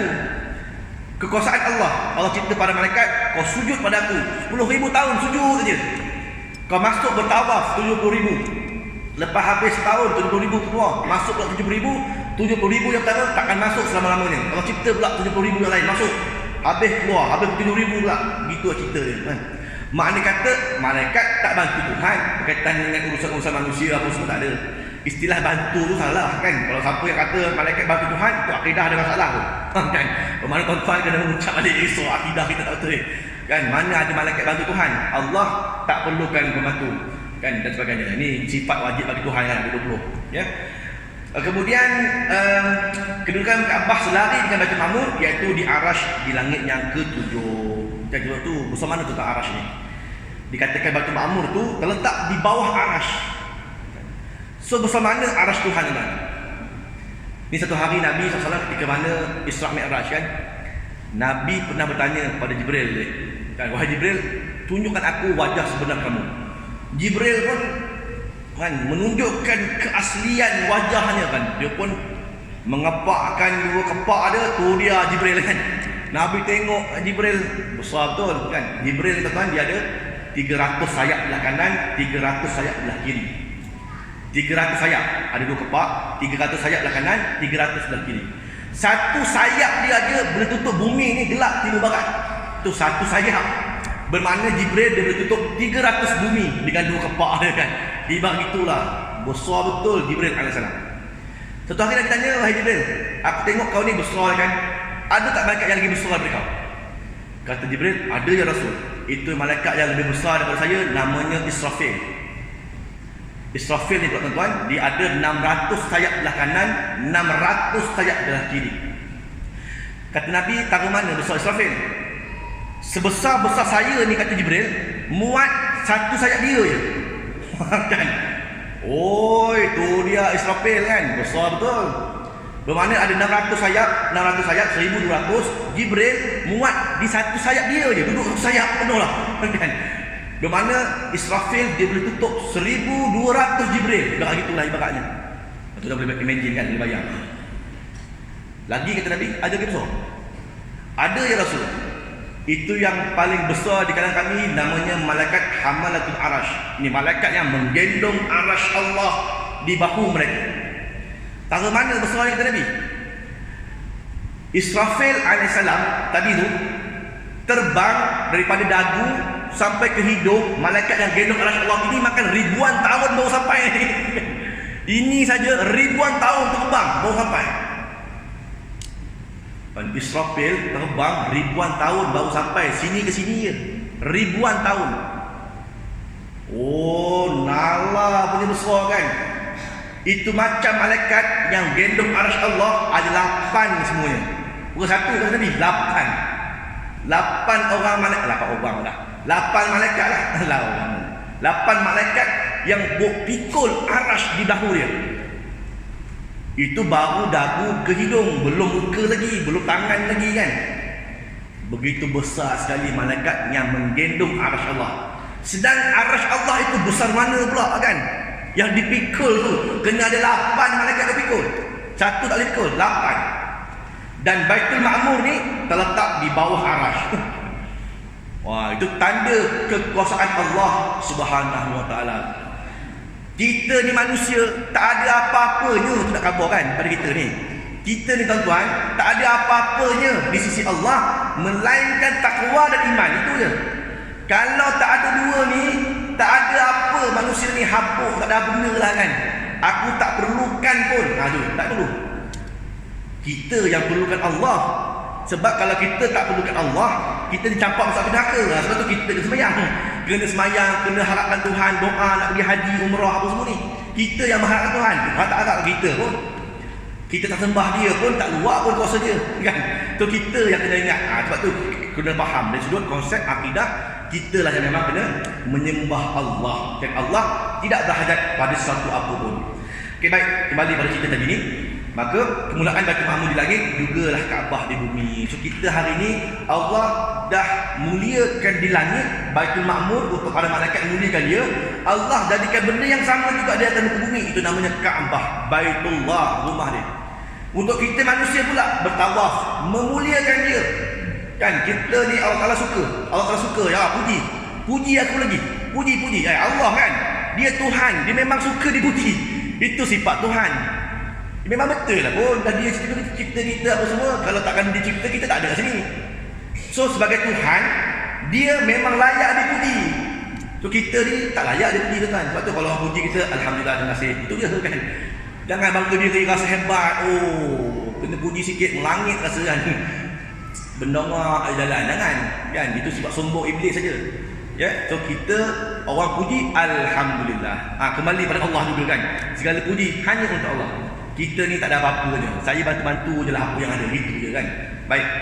Kemudian 70,000 para malaikat bertawaf di Baitul Ma'mur dan tidak mengulanginya. Ini cerita sama juga macam tadi kan. 70,000 Allah cipta, ini malaikat dah keluar, itu malaikat tak akan masuk balik. Allah cipta yang baru pula untuk memuliakan dia. So ini kurang lebih lah gambaran-gambaran Kaabah dahulu-dahulunya, sehinggalah halal sekali yang kita lihat pada hari ini binaan Hajjaj kan. So ini adalah salah satu daripada sejarah lah kan, mereka awal macam mana Nabi Ibrahim dan Qusay bin Kilab menjadi haram sebuah tempat tanah lapang tanpa bangunan apa pun. Dulu Kaabah adalah yang ada bangunan, yang lain semua kemah-kemah rumah orang apa semua. Tahun 17 Hijrah kawasan Masjidil Haram diperluaskan oleh Khalifah Umar bin Khattab radhiyallahu anhu. Kemudian diperbarui pula oleh Utsman bin Affan radhiyallahu anhu pada tahun 26 Hijrah. Suatu kawasan yang diliputi Kaabah, Al-Mataf, tempat tawaf dan juga ruang solat, pembesaran terusan dari masa ke semasa hinggalah ke penguasa tanah haram sekarang. Setiap raja yang menguasai tanah haram Mekah, mereka nak ada sumbangan dia orang, itu je kan. Pendek kata gitulah. Siapa pun raja merintah, ada sumbangan dia. Bermula dulu sampailah hari ini. Sebab itulah kalau tengok itu keren yang bina masjid tak akan dibuka, memang ada siasa kan. Kita nak tengok juga bila masa Masjidil Haram ni lapang, ni keren-keren apa semua dah hilang apa semua kan. Takkan berlaku. Sebab apa? Sebab datang raja ni dia naik pula. Kan lagi lepas ni yang raja semasa nanti meninggal dunia pula wafat, nanti datang pula anak dia akan naik apa semua. Dah apa benda pula nak bina.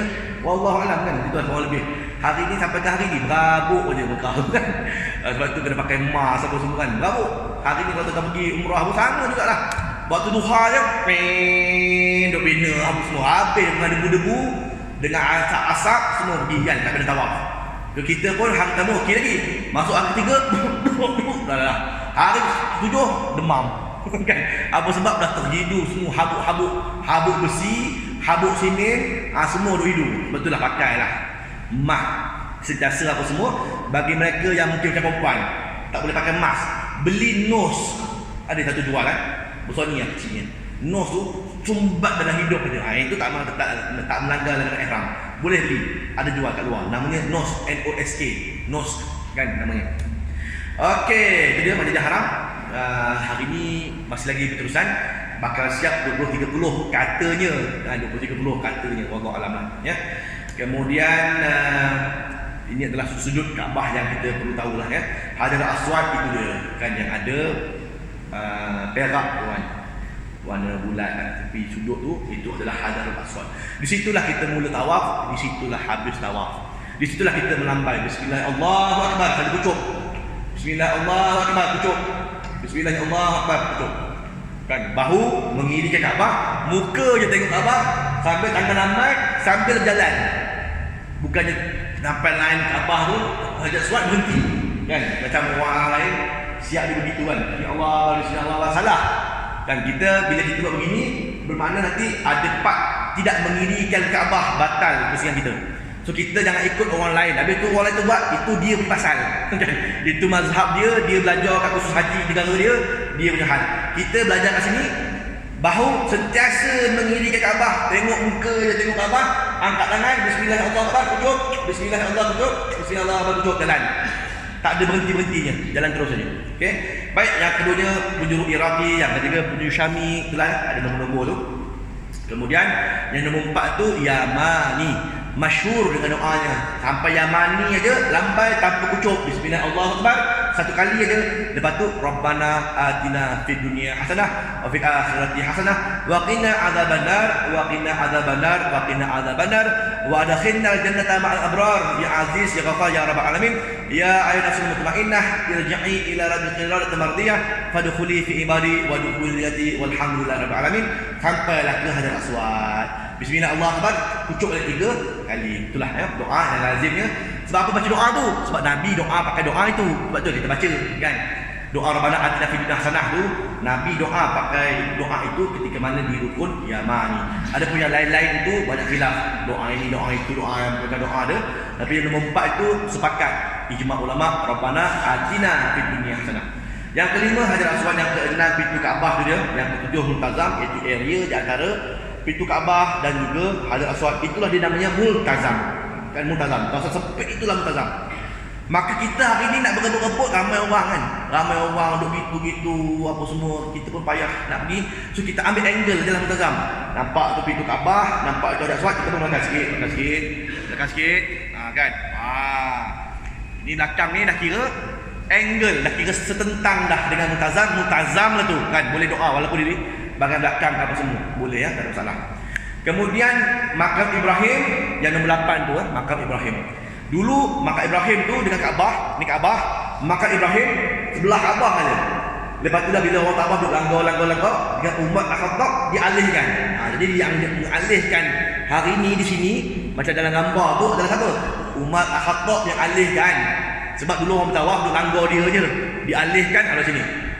Tapi hari ni dah dialihkan pun orang langgar juga sebab besar lagi ramai orang tawaf, lagi luas masa makaf, maka dikekal kat situlah, tak dialihkan lah ya. Jadi itu makam Ibrahim. Makam Ibrahim bukan kubur Nabi Ibrahim. Ni kena betul. Kita hari ni bahasa Melayu makam tu kubur. Sana makam kan, qamun maksudnya tempat berpijak, tempat berdiri Nabi Ibrahim AS. Dikatakan ketika Nabi Ibrahim pijak pelik tu kan, sambil pijak tu untuk dia diri letakkan batu binaan Kaabah, letak pijak letak sampailah pelik kat tempat dia pijak tu lekuk kan, sampai lekuk menampakkan tapak kaki Nabi Ibrahim. Maka hari ni nampak, lihat tuan-tuan boleh tengok dekat makam Ibrahim tu ada masa bila free sambil tawaf sunat tu sambil duduk rintai kan.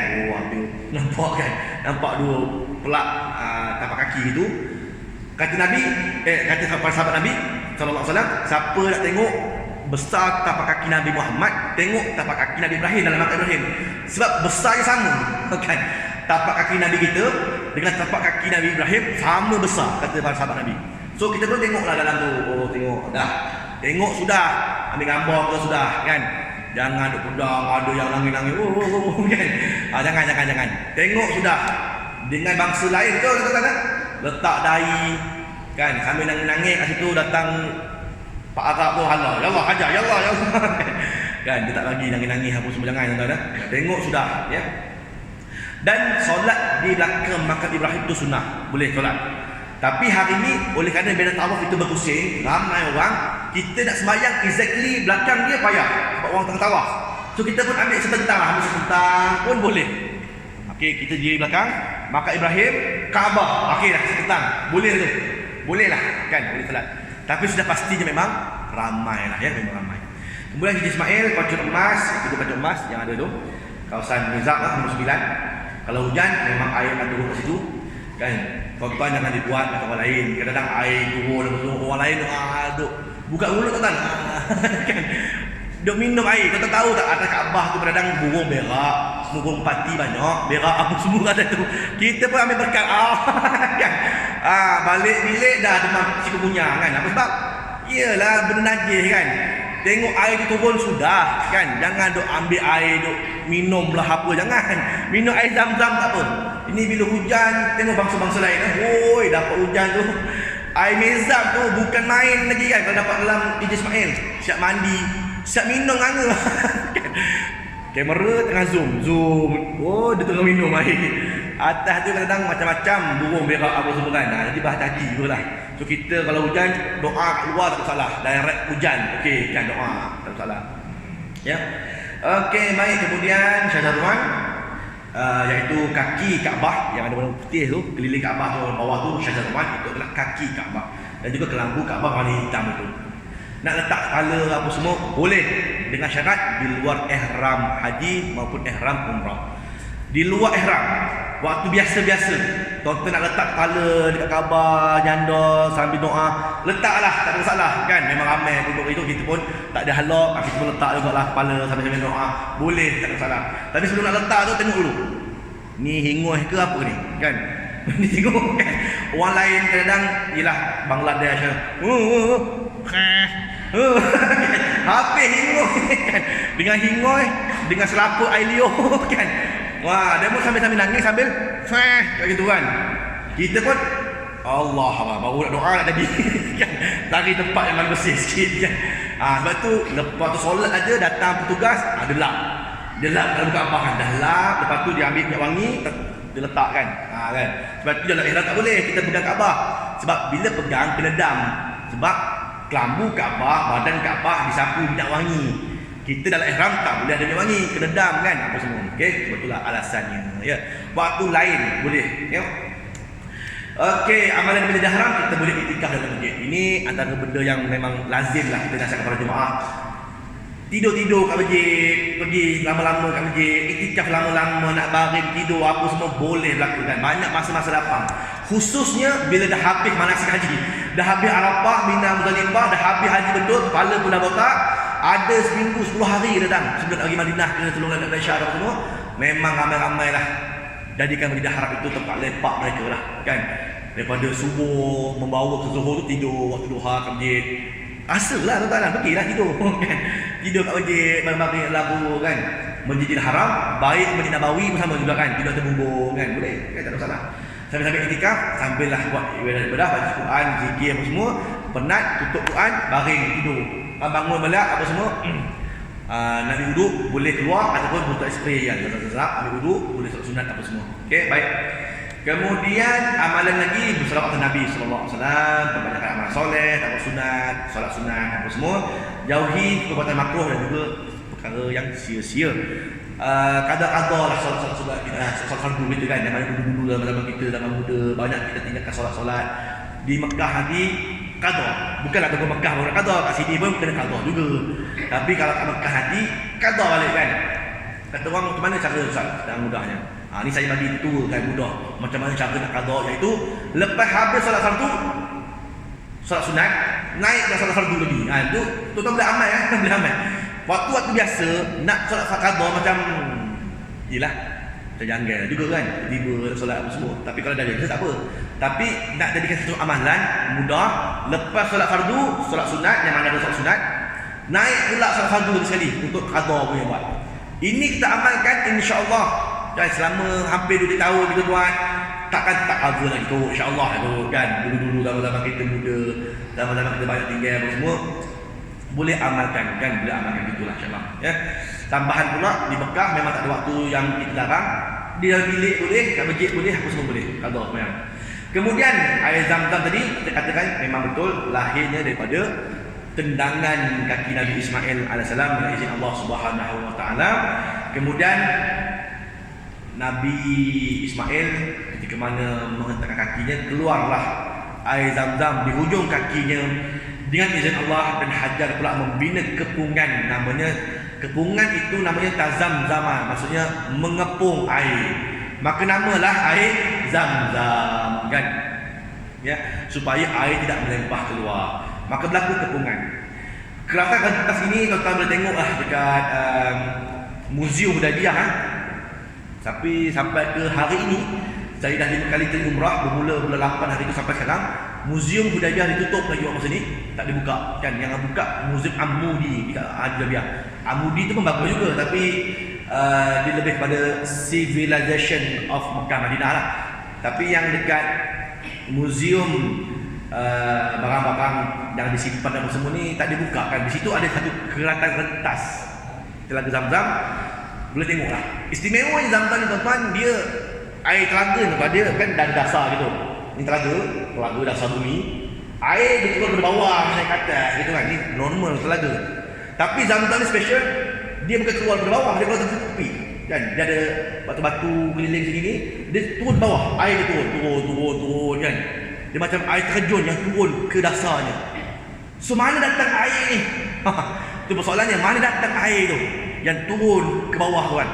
Sedangkan keliling semua tak ada air, tak ada apa, sungai jauh, laut apa semua jauh apa semua. Jadi ini dinamakan sebagai air daripada syurga Allah. Oleh demikian kata Nabi, al-ma'u Zam-Zam lima syuriba lahu.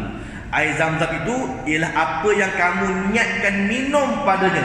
Niat minum nak sihat, insya-Allah sihat. Niat minum nak bijak, insya-Allah bijak.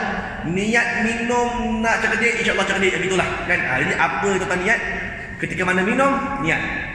Dan jadi itu antara yang disabdakan oleh Nabi sallallahu alaihi wasallam tentang kelebihan air Zam-Zam. Maka kita pun doalah pakai doa Nabi ni. Ini doa Nabi ya.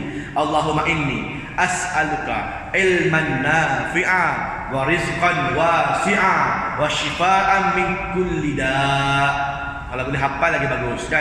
Ya Allah, hamba memohon kepadamu ilmu yang bermanfaat, rezeki yang luas dan kesembuhan dari segala penyakit. Masa minum, hadap kiblat, baca bismillah, guna tangan kanan, minum dalam keadaan tenang, 3 kali nafas dengan 3 kali teguk membaca doa tadi. Ini adalah amalan yang dibuat. Okay. Sama ada duduk ataupun berdiri, tak ada dinyatakan kat sini. Maka dikatakan selepas tawaf, Nabi minum air Zam-Zam dan Nabi menghadap kiblat, bismillah, Nabi diri waktu minum. So kita pun sunat untuk berdiri. So apa Nabi diri?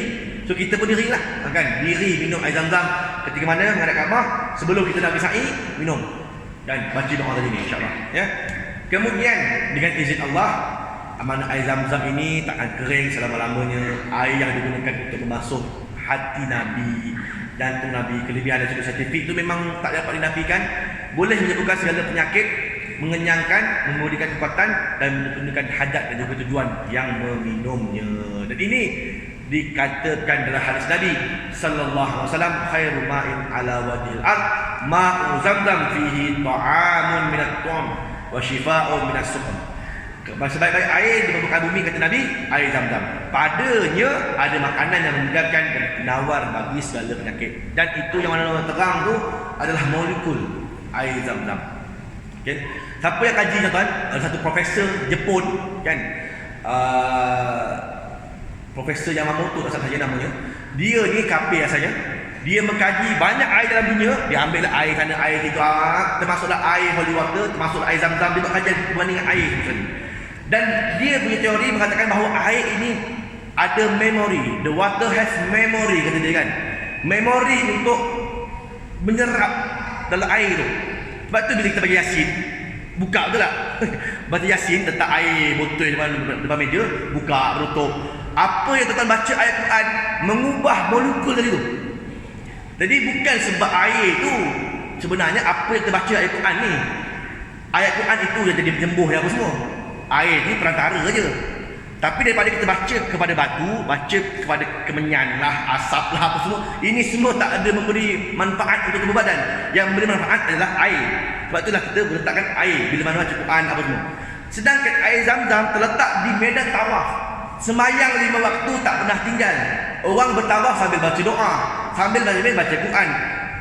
Orang baca Quran semua ni masuk ke dalam air Zam-Zam. Sebab itu kita hari ni Tak perlu ambil air zam-zam, tawafkan dia, tawaf air zam-zam. Tak payah. Ni ada juga yang buat. Kan jemaah kita ada juga yang buat. Pegang rambut dulu. Kita nak faham lagi kan. Tawaf kan ustaz air zam-zam kan. Air zam-zam pun pening. Aku pula kena tawaf. Pasal dia kena tawaf. Air zam-zam tak perlu tawaf. Dah memang ada kat mana tawaf tu. Dia terletak dekat mana? Dekat kawasan tadi tu. Tu air zam-zam. Berhampiran dengan makam Ibrahim. Telaga zam-zam tu memang ada dekat medan tawaf di bawah itu. Dahulu tu merujuk pada 2003 ke bawah, ada rumah kan, boleh masuk, ada tangga boleh turun, boleh tengok ada tempat untuk minum air zam-zam, ada tempat boleh mandi kan, dengan orang Bangladesh, Pakistan tak mandi. Itu sebab Saudi tutup. Apa sebab? Sebab dah orang mandi habislah lenjun kan, medan tawaf tu, keluar dengan lenjun kan, ihram mandi dengan air zam-zam. Jadi dengan Saudi tengok banyak sangat kecah-kecah semua ni dibuat tutup aja. Hari ni nak masuk tengok tak boleh. Hari tempat tengok kereta rentas aja ataupun tengok kat museum dah tadi. Tadi kita dapat minum je lah air zam-zam. Jadi air zam-zam ini tak perlu ditawafkan. Ambil bismillah minum habis cerita kan. Tuan-tuan nak balik mandi boleh. Beli tong kat luar tu yang 20 liter, isi je kat luar bangunan Masjidil Haram tuan. Pintu 93. Pintu 93 pintu King Fahd Gate 93 kat luar tu ada al-ma'u zam-zam for drinking only. Ramailah yang picit water cooler tu isi dalam botol apa semua. Nak bawa balik air zam-zam mandi, boleh tak mandi dengan air zam-zam? Boleh kan? Air zam-zam ini boleh mandi, boleh buat apa semua boleh. Kan? Sebab dulu zaman-zaman Siti Hajar dengan Ismail mana ada air lain, itulah air pun kan. Itulah orang makan, minum, mandi, apa semua kan, istinja apa semua itulah airnya. So kita pun boleh juga. Ada orang nak mandi. Tapi mandi saja sudah. Jangan mandi niat apa dosa pula, kurapat kan. Ni mandi-mandi ni buat apa ni? Buat minta apa dosa saja. Tu salah kan? Mana boleh minta mandi apa dosa? Salah minta apa dosa ni bila Allah aja doa pada Tuhan. Ya, kita nak mandi tak apa. Tapi bukan dengan niat nak hapus dosa lah, nak bagi badi hilang lah, hapuskan jin, hapuskan saka, macam-macam. Saya dah 10 tahun dalam industri haji umrah ni, macam-macam tengok kan. Tengok haji, gotong haji bawa balik. Siap upah bangla bawa balik hotel. Dia hotel di Sofa, dia upah bangla bawa balik 2 tong. Tu ada 40 liter lah, 20 liter, 20 liter. Bawa balik ke bilik. Dia kata nak balik mandi. Mandi saya kata, okey tak apa mandi. Ni Ustaz, saya sebenarnya ada saka Ustaz dalam diri. Ada saka kan. Ada hantu raya dalam badan ni. Tapi tu nak mandi ni nak bawa saka lah. Nak bawa saka kata kan. Allahumma salli ala Muhammad. Jangan buat benda-benda kau rapat dalam tanah. Ya, mandi tak apa. Dan nak niat mandi untuk segar apa semua boleh. Tapi niat mandi untuk buat apa dosa, buang saka ni takut keluar akidah kita jangan buat. Okey baik. Kemudian penerangan sikit tentang kawasan masyarakat. Jadi inilah dia kawasan yang tuan akan pergi ya. 4 tempat ini tuan-tuan akan pergi insya-Allah. Yang pertama sekali Mekah lah. Kita akan dapat hotel di Mekah, masuk Mekah, rehat apa semua. Bila 8 Zulhijjah sahaja, iaitu hari Tarwiyah, 1 hari sebelum wukuf, esok wukuf. Kalau dia katakan tadi hari Rabu wukuf, hari Selasa tuan-tuan on the way dah pergi ke Arafah. Untuk apa? Untuk bersiap-siap, masuk kemah, letak beg, mana tuan-tuan beri tempat, mana jemaah lain beri tempat, kemah lelaki, kemah perempuan apa semualah. Okey. Biasanya pergi lepas asar gitu. Lepas asar pergi. Satu dunia bersama jugalah lepas asar lazim pergi. Kalau macam PGH travel agency, mungkin ada juga yang dekat Johor. Ada yang tak ada kemah dekat Arafah pun ada. Tapi dia masuk waktu wukuf pun ada juga macam-macam lah kan. Jadi kalau kita sambung haji memang ada kemah dekat Arafah, pergi hari Tarwiyah. Sampai dekat Arafah apa semua, kita dah set up tempat apa semua. Asar, maghrib, isyak semayang jamak tamam saja. Dan 3 rakaat maghrib, 4 rakaat isyak. Kalau takdim lah. Kalau takhir lah. Isyak dulu baru maghrib kemudian. Kemudian kita stay lah dekat kemah Arafah tu sampailah esok subuh solat jemaah apa semua. Lepas subuh atau waktu duha tu solat duha, standby nak wukuf lagi tengah hari ni. Kita pun solat duha, kita baca Quran, masing-masing pun ada dah tempat-tempat yang mana ada mungkin wakil menteri di Jabatan Perdana Menteri kan, yang baru ni tak tahu siapa yang akan bagikan khutbah Arafah. Lazimnya dia orang lah kan, dia akan bagi khutbah Arafah dekat kemah muassasah dan apa semua. Tuan-tuan pun dengar khutbah dia, habis khutbah solat zuhur asar secara jamak tamam. Lepas tu tuan-tuan cari report kan, bawa pokok sana dan dia jangan terkeluar daripada Arafah sudah kan. Dia cari pokok, kenapa dah sana tu lapang tak tahu bang, sini kan sesak, kita keluar dia keluar kena nirah kan, bukan keluar Arafah, keluar sebenarnya. Memanglah sebab ada sepadan tuan-tuan Arafah tu dia ada bumi sepadan dia, jangan keluar sepadan. Kan pastikan tengok sepadan tu betul. Ada sepadan End of Arafah. Dah ada satu signboard warna kuning besar betul kan. Supaya kita tak terkeluar daripada bumi Arafah. Nak cari pot pokok ke apa semua dalam Arafah. Tanah ke apa semua tengoklah ya. Sampailah ke waktu maghrib apa semua, tuan-tuan pun dah siap-siap. Maghrib isyak jamak takdim juga, naik bas menuju pula ke mana? Ke Muzdalifah kan. Sampai Muzdalifah kurang lebih pukul 11 malam, kadang-kadang 12 malam. Sunat untuk kutip anak-anak batu dan masuk saja tengah malam 10 Zulhijjah dah kira sah bermabit sementara. Walaupun sekejap saja pun dah kira sah dah bermabit di Muzdalifah. Pun terus on the way menuju ke Mina pula untuk melontar jamrah Aqabah. Ni saya cakap saya laju ya. Nanti kita akan cerita je dulu ni. Okey, kemudian sampai ke Mina tempat akan masuk kemah apa semua. Nanti dengan ustaz mutawif apa semua ketika haji ikutlah satu waktu apa semua ikut keluar untuk pergi melontar jamrah Aqabah dekat Mina juga. Dan kurang lebih satu hala dalam 10 km, pergi balik dalam 6 km kurang lebih kalau yang muassasah. Sebelum inilah yang baru ni wallahu alam kemah kota kat mana. Kemudian nanti habis melontar jamrah Aqabah, maka kita pun bergunting, maka tahun awal terhasil. Kita pun matah balik ke Mina. Duduklah hari sudah 12-13 hari tasyrik untuk melontar 3 jamrah pada 3 hari tasyrik tersebut. Lepas habis semua urusan 3 hari tasyrik sudah 12-13 habis dia melontar waktu asar, datang bas patah balik ke Mekah. Masuk Mekah, masuk balik hotel apa semua, masa sendiri untuk pergi bila? Untuk pergi ke Mina Tawaf untuk buat tawaf ifadah haji dan juga sa'i haji bagi yang belum sa'i haji. Okey, maka selesailah ibadah haji tuan-tuan. Okey. Oh, ini macam satu siri habis dah. Tak payah diulang siri ni kan. Dah cerita habis. Okey, tu cerita secara langsung aja. Nanti insya-Allah kita akan pendetailkan pada minggu-minggu yang depan ya. Maka Mekah, Arafah 9 Zulhijjah, Muzdalifah 10 Zulhijjah, 19-13 di Mina, patah balik ke Mekah balik. Itu tempat yang kita akan pergi lah malam ni ya. Maka kalau sama masyarakat ihram ini kata Allah Ta'ala meliputi kasar Arafah, Muzdalifah dan juga Mina lah. Maka tidaklah menjadi salah kamu mencari limpah bumi dari Tuhan kamu yang meneruskan perniagaan kepada menunaikan haji. Kemudian apabila kamu tolak turun daripada Arafah menuju ke Muzdalifah, maka sebutlah nama Allah dengan doa, talbiyah dan juga tasbih di tempat masyarakat haram. So kita on the way daripada Arafah menuju ke Muzdalifah pun memang labbaik Allahumma labbaik, itu je lah yang kita lapaskan dalam bahasa apa semua selain daripada kalimat-kalimat yang mungkin akan kita perdengar daripada jemaah nak tahu apa semua kan. Dan kalau bukan yang sebelum-sebelum ni batu pun jemaah tak payah kutip, tabung haji dah kutipkan siap dah. Oi mudah banyak tuan. Tak payah kutip, turun bas. Kadang-kadang sampai ke Muzdalifah tu kan apa? Sampai tu tengah malam. Kita tadi lepas Arafah naik bas Arafah ke Muzdalifah 8 km je, tapi kadang-kadang sampai 8 jam, 9 jam. Kita pun tidur dalam bas. Sudah-sudah, okey, jemaah semua boleh turun ya, kutip anak batu apa semua. Kita pun mamai-mamai turun dalam bas. Turun bas tak tengok belakang lah. Turun-turun, tengok belakang kosong lah. Mana bas aku kan? Rupanya bas ni memang ke depan kan? Dia kan jalan. Turun apa semua, dia ke depan apa semua. Dah sesat pula, hilang, nak cari bas tak jumpa lah apa semua. Maka ini semua dibincang oleh tabung haji. Macam mana cara nak bagi smooth betul semua jemaah. Jangan ada yang hilang lah apalah. Maka dikutipkan awal-awal 70 biji dalam satu uncang masing-masing dapat. Tapi tak dapat pahala, tabung haji dapat pahala lah. Kita tak dapat pahala dah ada waktu kan. Padahal sunat untuk kutip dalam batu tu sunat. Sebab Nabi buat kan. So kita pun sunat kutip. So kita pun tak dapatlah pahala untuk nak batu kan. Itu cerita. Jadi nak mengelakkan mudarat yang lebih besar, disediakanlah kemudahan apa semua ikutlah ya. Kemudian dan ingatlah kepada Allah dengan menyebut ni sebagaimana Ia telah memberikan petunjuk hidayah kepada kamu dan sesungguhnya kamu sebelum itu adalah dari golongan orang yang salah dalam ibadahnya. Maka ini adalah lambang kebesaran agama Allah meliputi Arafah, Muzdalifah dan juga Mina. Okey, baik. Arafah tempat berwukuf 9 Zulhijjah.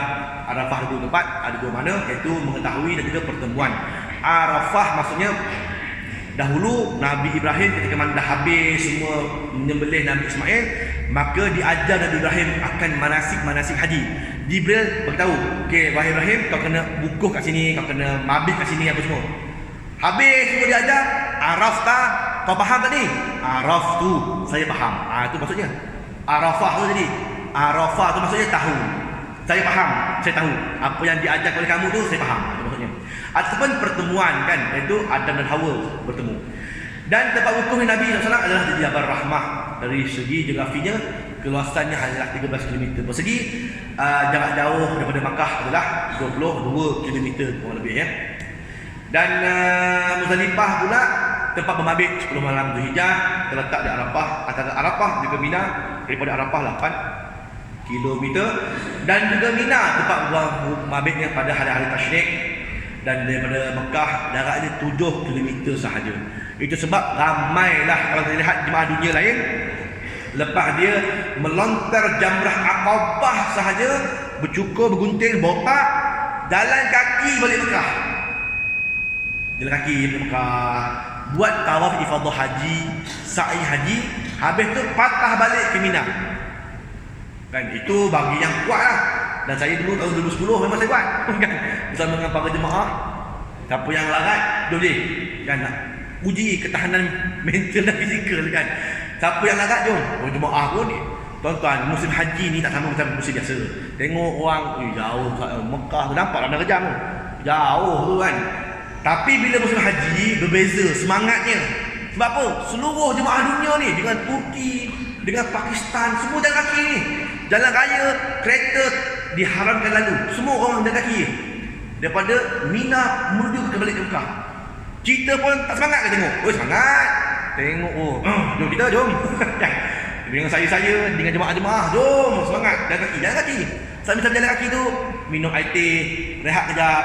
Ada kena tebu tepi tu, minum air tebu, minum habis kena air tebu, jalan ke depan pula kan, kat depan tu habis penat minum air teh pula. Itulah slow sambil tu makan kacang apa semua kan. Seronok kan, feeling tu memang tak dapat kan. Memang ada musim haji kan, tu memang beza. Umrah dia pun tak rasa tu kan. Bila musim haji memang rasa. Habis tawaf ifadah haji, sa'i haji, nak patah balik ke Mina, tak larat jalan kaki kan. Tengok taksi sapu mana ada, bangla-bangla tu naik van kan, bayar RM10, duduk atas bumbung, kaki terjuntai tertikap. Dengan bangla kan. Feeling tu rasa dia patah balik ke Mina, gitulah cerita kan. Dia cerita ya, jarak 7 km je, tapi kalau musim haji ramai yang patah balik ke Mekah sendiri. Ya. Okey baik, di Mina ni pula kawasannya meliputi Jamarat, Mu'assim dan juga Muhasir. Jadi yang dikatakan untuk jemaah kemah-kemah jemaah Malaysia di Mu'assim itu, antara Mu'assim dengan Jamarat ada dekat civil defense tu ada terowong namanya terowong Mu'assim. Dulu ada satu terowong aja. Berlakulah kematian yang cukup dahsyat di era 70-an dulu. Jemaah kita pun mati tuan-tuan sebab rempuhan berlaku. Satu terowong, dua hala jam. Lepas tu Saudi buat satu lagi terowong sebelahnya. So satu terowong, satu hala ke sana, satu terowong hala ke sini. So ada dua terowong, dua hala lah ya. Jadi kurang lebih Mu'assim itu nampak macam peta tu sejengkal je kan. Tapi jarak dia menghampiri 3 km lah satu hala. So ini antara persiapan mental yang perlu ada pada minda tuan-tuan. Jalan banyak normal untuk haji. Kalau rehat banyak tu pelik. Pasal rehat banyak kan, kita tak jalan tadi. Tapi kalau jalan banyak, ini macam itu biasa. Oleh demikian tuan-tuan kan, sehari dua, sebulan dua kan, pergi belum tahu lagi dapat tak dapat. Tapi stamina bermula sekarang. Tengok mana-mana sama tasik tu sama tasik adik keli bila makan kan. Sambil keli makan apa semua tu sambil tonton lah kan. Ini jangan sambil jalan sambil makan aiskrim. Ini macam nak kalori. Tak luak ke apa nama? Stamina kan. Jalan-jalan juga Ustaz, tapi makan aiskrim, makan roti, makan kan. Jadi ambil stamina tuan-tuan, slow jalan insya-Allah kan. Pagi-pagi apa semua kan. Okey, baik itulah kurang lebih. Kawasan Muhasir tu terkenal dengan istilah ataupun peristiwa Abrahah kan. Abrahah dihancurkan dalam peristiwa Ababil di Wadi Muhasir, berhampiran dengan kawasan Mina ya, Wadi Muhasir. Itu cerita detail nanti insya-Allah akan diceritakan tuan-tuan. Okey, baik. Maka itulah selesai di Mekah Al-Mukarramah dan sekarang ini kita menuju pula ke Madinah Al-Munawwarah. Jadi sama ada tuan-tuan masuk ke Madinah dahulu ataupun Madinah ni kemudian, depends pada trip haji dan depan. Okey. Kata Nabi SAW, aku telah bermimpi bahawa sesungguhnya aku berhijrah dari kota Mekah menuju ke suatu tempat yang ada pohon kurma padanya. Lalu aku mengira tempat itu adalah Al-Yamamah atau Hajar. Akan tetapi ia sebenarnya adalah Yasrib, iaitu nama lama kepada Madinah. Namanya Yasrib. Yasrib ini nama orang. Dialah mula-mula yang membuka Madinah ini. Kan, Yasrib namanya. Tapi datang Nabi menukarnya kepada Madinah. Yasrib ini membawa maksud tempat yang sarang penyakit. Itu maksudnya kan. Oleh demikian Nabi tukar daripada sarang penyakit kepada Madinah Munawwarah, bandar yang bercahaya. Okey, itu dia namanya Yasrib ibnu Ubay ibnu Uwad. Ibnu Iwan. Bila keturunan Nabi Nuh AS daripada anak Sam ibnu Nuh AS. Sebab itu Amalek Bani Imlaq telah membuka perubatan di ladang serta kebun, sehinggalah bumi Yasrib terkenal dengan hasil pertanian, terutamanya buah tamar. Nak cari kurma apa semua, memang Madinah lah tempatnya. Jangan beli di Mekah. Sebab Mekah ni banyak yang kering, banyak dah berkutu kan.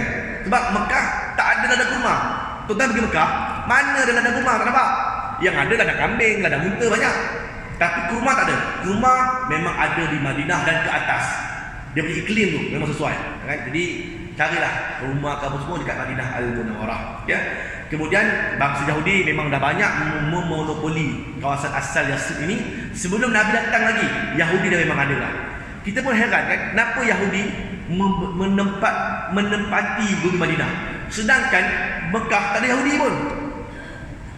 Pernah fikir kenapa Yahudi ada awal dekat Madinah, sedangkan Yahudi tak ada kat Mekah?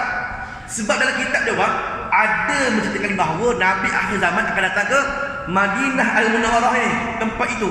Sebab itu dia orang rasa teruja nak duduk kat tempat ini. Kita akan menjadi pengikut kepada Nabi akhir zaman. Tuk-tuk bangsa Arab rupanya jadi Nabi akhir zaman, kan bangsa Yahudi. Itu jangan orang marah. Baik, itu cerita dah tuan-tuan. Nanti insya-Allah akan didetailkan ke mana di Mekah Madinah adalah, ya.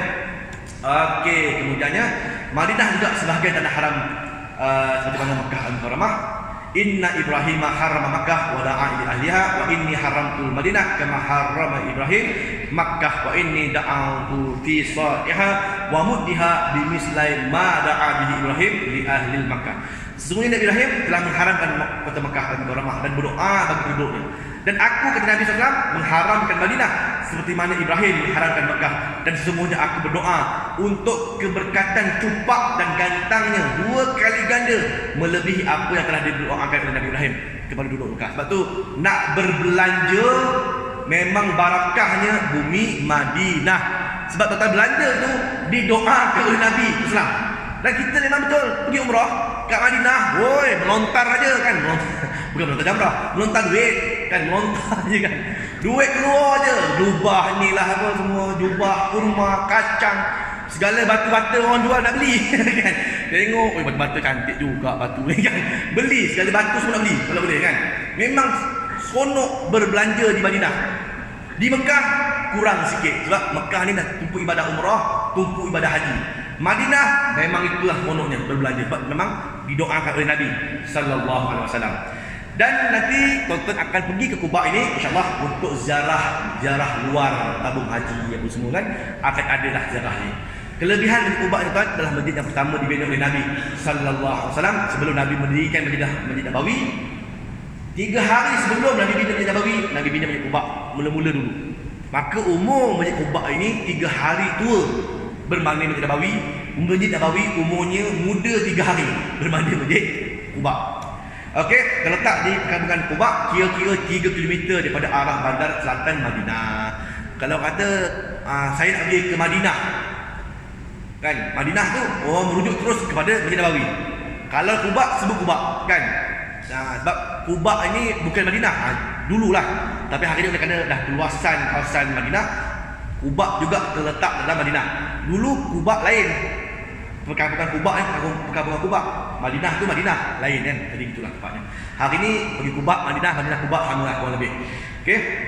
Dalam Masjidul Usta ala Taqwa min awal haqqin an taqum dalam Masjidul Usta ala Taqwa min awal yaumin ahqqu an taquma fihi, kata Allah. Kata Allah, Masjid Quba yang Muhammad kau telah binanya pada awal-awal dahulu, lebih layak kau solat padanya. Oleh demikian, barang siapa yang solat di Quba, kata Nabi SAW, dapat 1 pahala umrah. Man tatahhara fi baitihi summa ata di Quba fa sallai fi salatan falahu kana lahu ajrun umrah. Barang siapa yang berwuduk di rumahnya, di kediamannya, di hotelnya, dah wuduk, lepas tu dia datang ke Quba, solat 2 rakaat je, dapat pahala umrah. Itulah kelebihan Masjid Quba yang tak ada pada masjid lain. Tak ada. Oh, istimewa tuan-tuan di Quba ni. Sebab itu kalau orang Madinah hari-hari waktu duha di Quba. Kan hari-hari. Dia orang sembahyang fardu 5 waktu, Masjid Nabawi. Tapi waktu duha memang pergi ke Masjid Quba demi meraih satu pahala umrah, kan? Percuma umrah. Oi, bukan senang kan? Umrah tak buat tapi dapat pahala umrah. Kan? Masjid Quba lah jawapannya. So, kalau nanti tak mau haji akan buat program satu kali ataupun 2 kali. Kalau waktu-waktu lain tu tuan lama kat Madinah tu ada dalam 10 hari, waktu-waktu lain yang tahu hari tak buat, ambil taksi, satu taksi 30 rial, boleh tontong 4 orang, seorang bagi 10 rial, beres. Boleh pergi ke Quba hari-hari. Itulah kurang lebih ya. Kemudian pembinaan di Quba ini Nabi tiba ketika mana di Quba itu pada hari Isnin 8 Rabiul Awal bersama dengan 3 September 2022 Masihi. Tiba di Quba ini ketika mana hijrah baginda Nabi sallallahu alaihi wasallam daripada Mekah menuju ke Madinah Al-Munawwarah. Jangkanya Nabi patutnya sampai bila tuan-tuan? Nabi patut sampai hari Khamis, patut sampai. Tapi oleh kerana Nabi delay 3 hari. Apa sebab delay? Sebab Nabi bersembunyi dekat Gua Sur, kan? Nabi bersembunyi dengan Abu Bakar kat Jabal Sur. Sebab tu delay 3 hari. Sebab tu orang di Quba dah tunggu dah hari Khamis tu. Mana Nabi kan? Kita dah tunggu seminggu ni. Sebab Mekah ke Madinah kurang lebih estimate yang itu seminggu sampai. Tiba-tiba hari Khamis tak sampai-sampai. Wah, Nabi ni kata tak datang. Apa pula kan? Jumaat tunggu tak sampai. Orang pun dah masuk rumah apa semua tutup. Tengok-tengok hari Isnin kan datang. Nabi datang di mana? Nabi datang daripada Mekah melalui Saniyatul Wada. Kan? Tala'al badru alaina min Saniyatil Wada. Itu tu. Saniyatul Wada tu nama tempat, kan? Iaitu tempat selepas Jabal Air, depan sikit Saniyatul Wada ada bukit kecil. Sekarang ni dah dibuat laluan oleh Saudi. Belah kanan tu ada satu monumen yang dibina oleh Turki Osmania. Laluan menuju ke Kuba direct. Maka tempat itu namanya Saniyatul Wada. Nanti tuan-tuan pergi bagi tahu kat Mutawif, Ustaz, mana satu Saniyatul Wada, kan? Sebab qasidah tu lama dengar dah. Saniyatul Wada nama tempat ya. Okey, baik. Okey, kita kat situ. Kemudiannya Nabi membina Masjid Quba. Selepas Masjid Quba siap, Nabi menuju ke kota Madinah Al-Munawwarah. Nabi membeli 9 tanah yang dimiliki oleh 2 anak yatim peliharaan As'ad ibn Zurarah, iaitu Sahal bin Amru dan juga Suhail ibn Amru. Nabi beli dengan 10 dinar yang dibayar oleh sahabatnya Abu Bakar As-Siddiq radhiyallahu anhu. Setelah mereka menolak hibah daripada penjaga anak yatim tersebut, bagi telah mendirikan masjid dan rumah pada hari yang kedua. Jadi rumah Nabi terletak di sebelah masjid Nabi, yang hari ini sudah menjadi makam Nabi sallallahu alaihi wasallam. Baik, kemudiannya Masjid Qiblatain ini adalah masjid 2 kiblat. Juga sama juga antara peristiwa yang masyhur penukaran kiblat kita tuan-tuan daripada Masjidil Haram daripada Masjid Aqsa ke Masjidil Haram ni. Perubahan itu berlaku di mana? Di tempat Masjid Qiblatain inilah. Hari ini Masjid Qiblatain ini sedang ada renovate juga belah depannya antara jalan raya. Sedang dia nak binakan untuk gerai-gerai penjaja apa semua dan juga laluan flyover. Dan hari ini orang boleh sembahyang lah. Musim lepas 1443 tutup semua masjid. Kan sebab Covid apa semua. Musim ini semua masjid buka. Tuan-tuan boleh pergi waktu duha, waktu asar, petang, malam, apa semua boleh lah, kan? Boleh pergi masjid-masjid ni. Quba memang sentiasa dibuka, Qiblatain itu pun sentiasa dibuka. Maka di mana Nabi berada di Qiblatain ini, mereka beramai-ramai sembahyang Rasulullah. Nabi dia sembahyang, Nabi selalu dongak ke langit. Nabi rasa macam tak selesa dengan ejekan orang Yahudi. Apa ejekannya? Alah, Muhammad kata tak suka dengan kita, tapi kiblat sama. Begitu kan? Kiblat kita sama, Yahudi dengan Islam mengarah ke arah Baitul Muqaddis. Maka jauh Rasulullah Nabi macam tak apa selesa lah dengan ejekan orang Yahudi ni. Nabi lebih selesa kalau boleh ikut Islam ada kiblat sendiri. Maka selalu Nabi sebenarnya Nabi selalu dongak ke langit, kan? Mengharapkan Masjidil Haram lah dari tempatnya. Dan inilah peristiwa di mana fawalli wajhaka syatral Masjidil Haram, wahai Muhammad, palingkan wajahmu ke arah Masjidil Haram. Inilah detiknya. Tempat yang cukup sejarah. Hari ini Masjid Qiblatain ada satu tanda kat atas ya. Maka dia katakan masjid kat atas belakang tu ada satu tanda macam bentuk sejadah. Itu tanda yang dahulunya sana kiblat asal, hari ini dah dipindah ke arah Masjid Al-Haram. Kemudian tempat yang bersejarah juga ialah Masjid 7 Perang Khandaq. Ini juga masjid yang masyhur dalam peristiwa perang nombor 3 terbesar dalam Islam selepas mana perang Badar, perang Uhud, perang Khandaq yang nombor 3 lah. Ini juga kita akan pergi ziarah insya-Allah, ya, tempat di mana ada parit yang digali oleh Nabi untuk perang Khandaq. Dan juga Uhud, ini juga masyhur kita akan pergi, iaitulah ke Medan Uhud, Masjid Uhud dan juga perkuburan syuhada Uhud. Di sinilah dimakamkan 70 sahabat Nabi yang gugur syahid dalam perang Uhud, ya. Dan ada tepinya itu Jabal Rumah, kan, Jabal Rumah. Jabal Rumah ni adalah bukit perang, kan, bukit pemanah. Bukan Jabal Rahmah. Jabal Rahmah tu bukit kasih sayang tu kat Mekah. Jangan doa jodoh kat sini nanti berperang kita, kan. Ini doa perang kan. Ni salah spot doa, kan.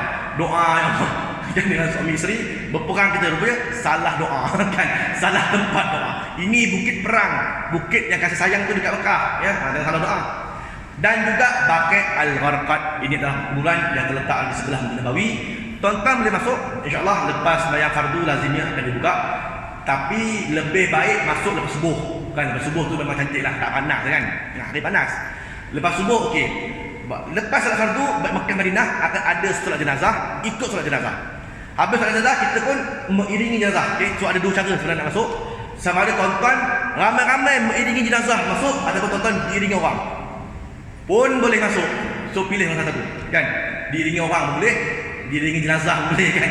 Jadi kalau diiringi orang akan lampu lah. Kalau mengiringi jenazah tidak habis ziarah keluar. So ada banyak, ada 10,000 sahabat-sahabat Nabi dimakamkan di situ. Termasuk dari sisi baginda, sahabat-sahabat tabi'in, Imam Malik rahimahullah taala dan sebagainya. Okey, inilah dia perkuburan Baqi' Al-Gharqad. Okey, sebagai kesimpulannya, Tanah Suci Mekah Al-Mukarramah ini dan juga Madinah Al-Munawwarah, tempat bersejarah sejak zaman Nabi Adam dan juga Rasul-Rasul yang terdahulu. Mekah Madinah punya kelebihan-kelebihan yang tersendiri dan para jemaah perlu jaga adab ketika mana berada di sana. Terpilih sebagai tetamu Allah adalah nikmat yang wajib disyukuri dan bersabar atas segala kesukaran yang kita akan hadapi.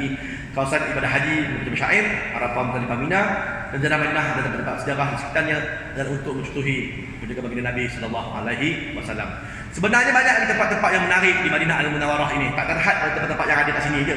Tuan-tuan bila sampai pergi ke Mekah Madinah, pergilah menyusuri banyak tempat, kan. Banyak tempat boleh pergi. Bi'ru Ghas, Bi'ru Izi, kan biasa dengar kan nama-nama tu. Bi'ru Izi tu tempat air nak telaga Nabi yang diludah, air jadi masin, jadi tawar. Air asalnya masin, jadi tawar atas sebab ludahan Nabi. Bi'ru Ghas, tempat air, jadi kata air dari syurga. Al-ma'u bil Ghas minal jannah, kata Nabi. Air Bi'ru Ghas itu adalah air telaga yang daripada syurga. Air itu diwasiatkan kepada Ali, kalau aku mati pakai air ini untuk mandikan jenazahku. Banyak tempat dekat Madinah Al-Munawwarah.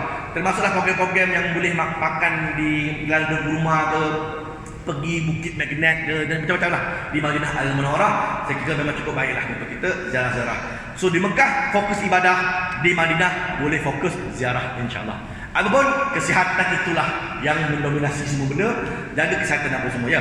Jadi itu sajalah untuk kita punya siri pada minggu ini. Terima kasih atas segala perhatian. Mohon maaf atas segala kekurangan.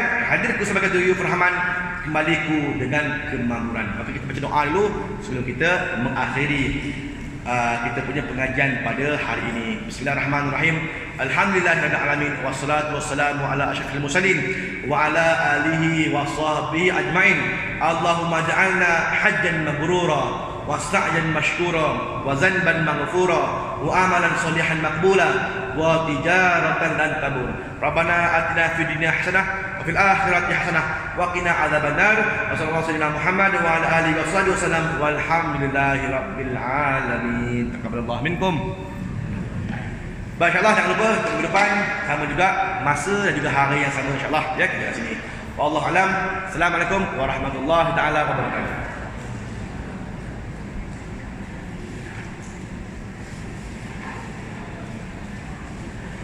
Anda yang ada soalan apa nak tanya? Boleh tanya kan? Ada tanya mai sini. Boleh tanya insyaAllah saya jawab kat sini, ya. Kalau tak ada tak adalah. Ya. Kalau ada soalan nak tanya, boleh. Boleh hadapan untuk bertanya apa semua. Tanya dengan saya hukum hakam ni, tuan-tuan. Pengurusan haji tanya dalam. Itulah. first class nak kalau ni, kalau nak di dengan package tu. Ya. Kat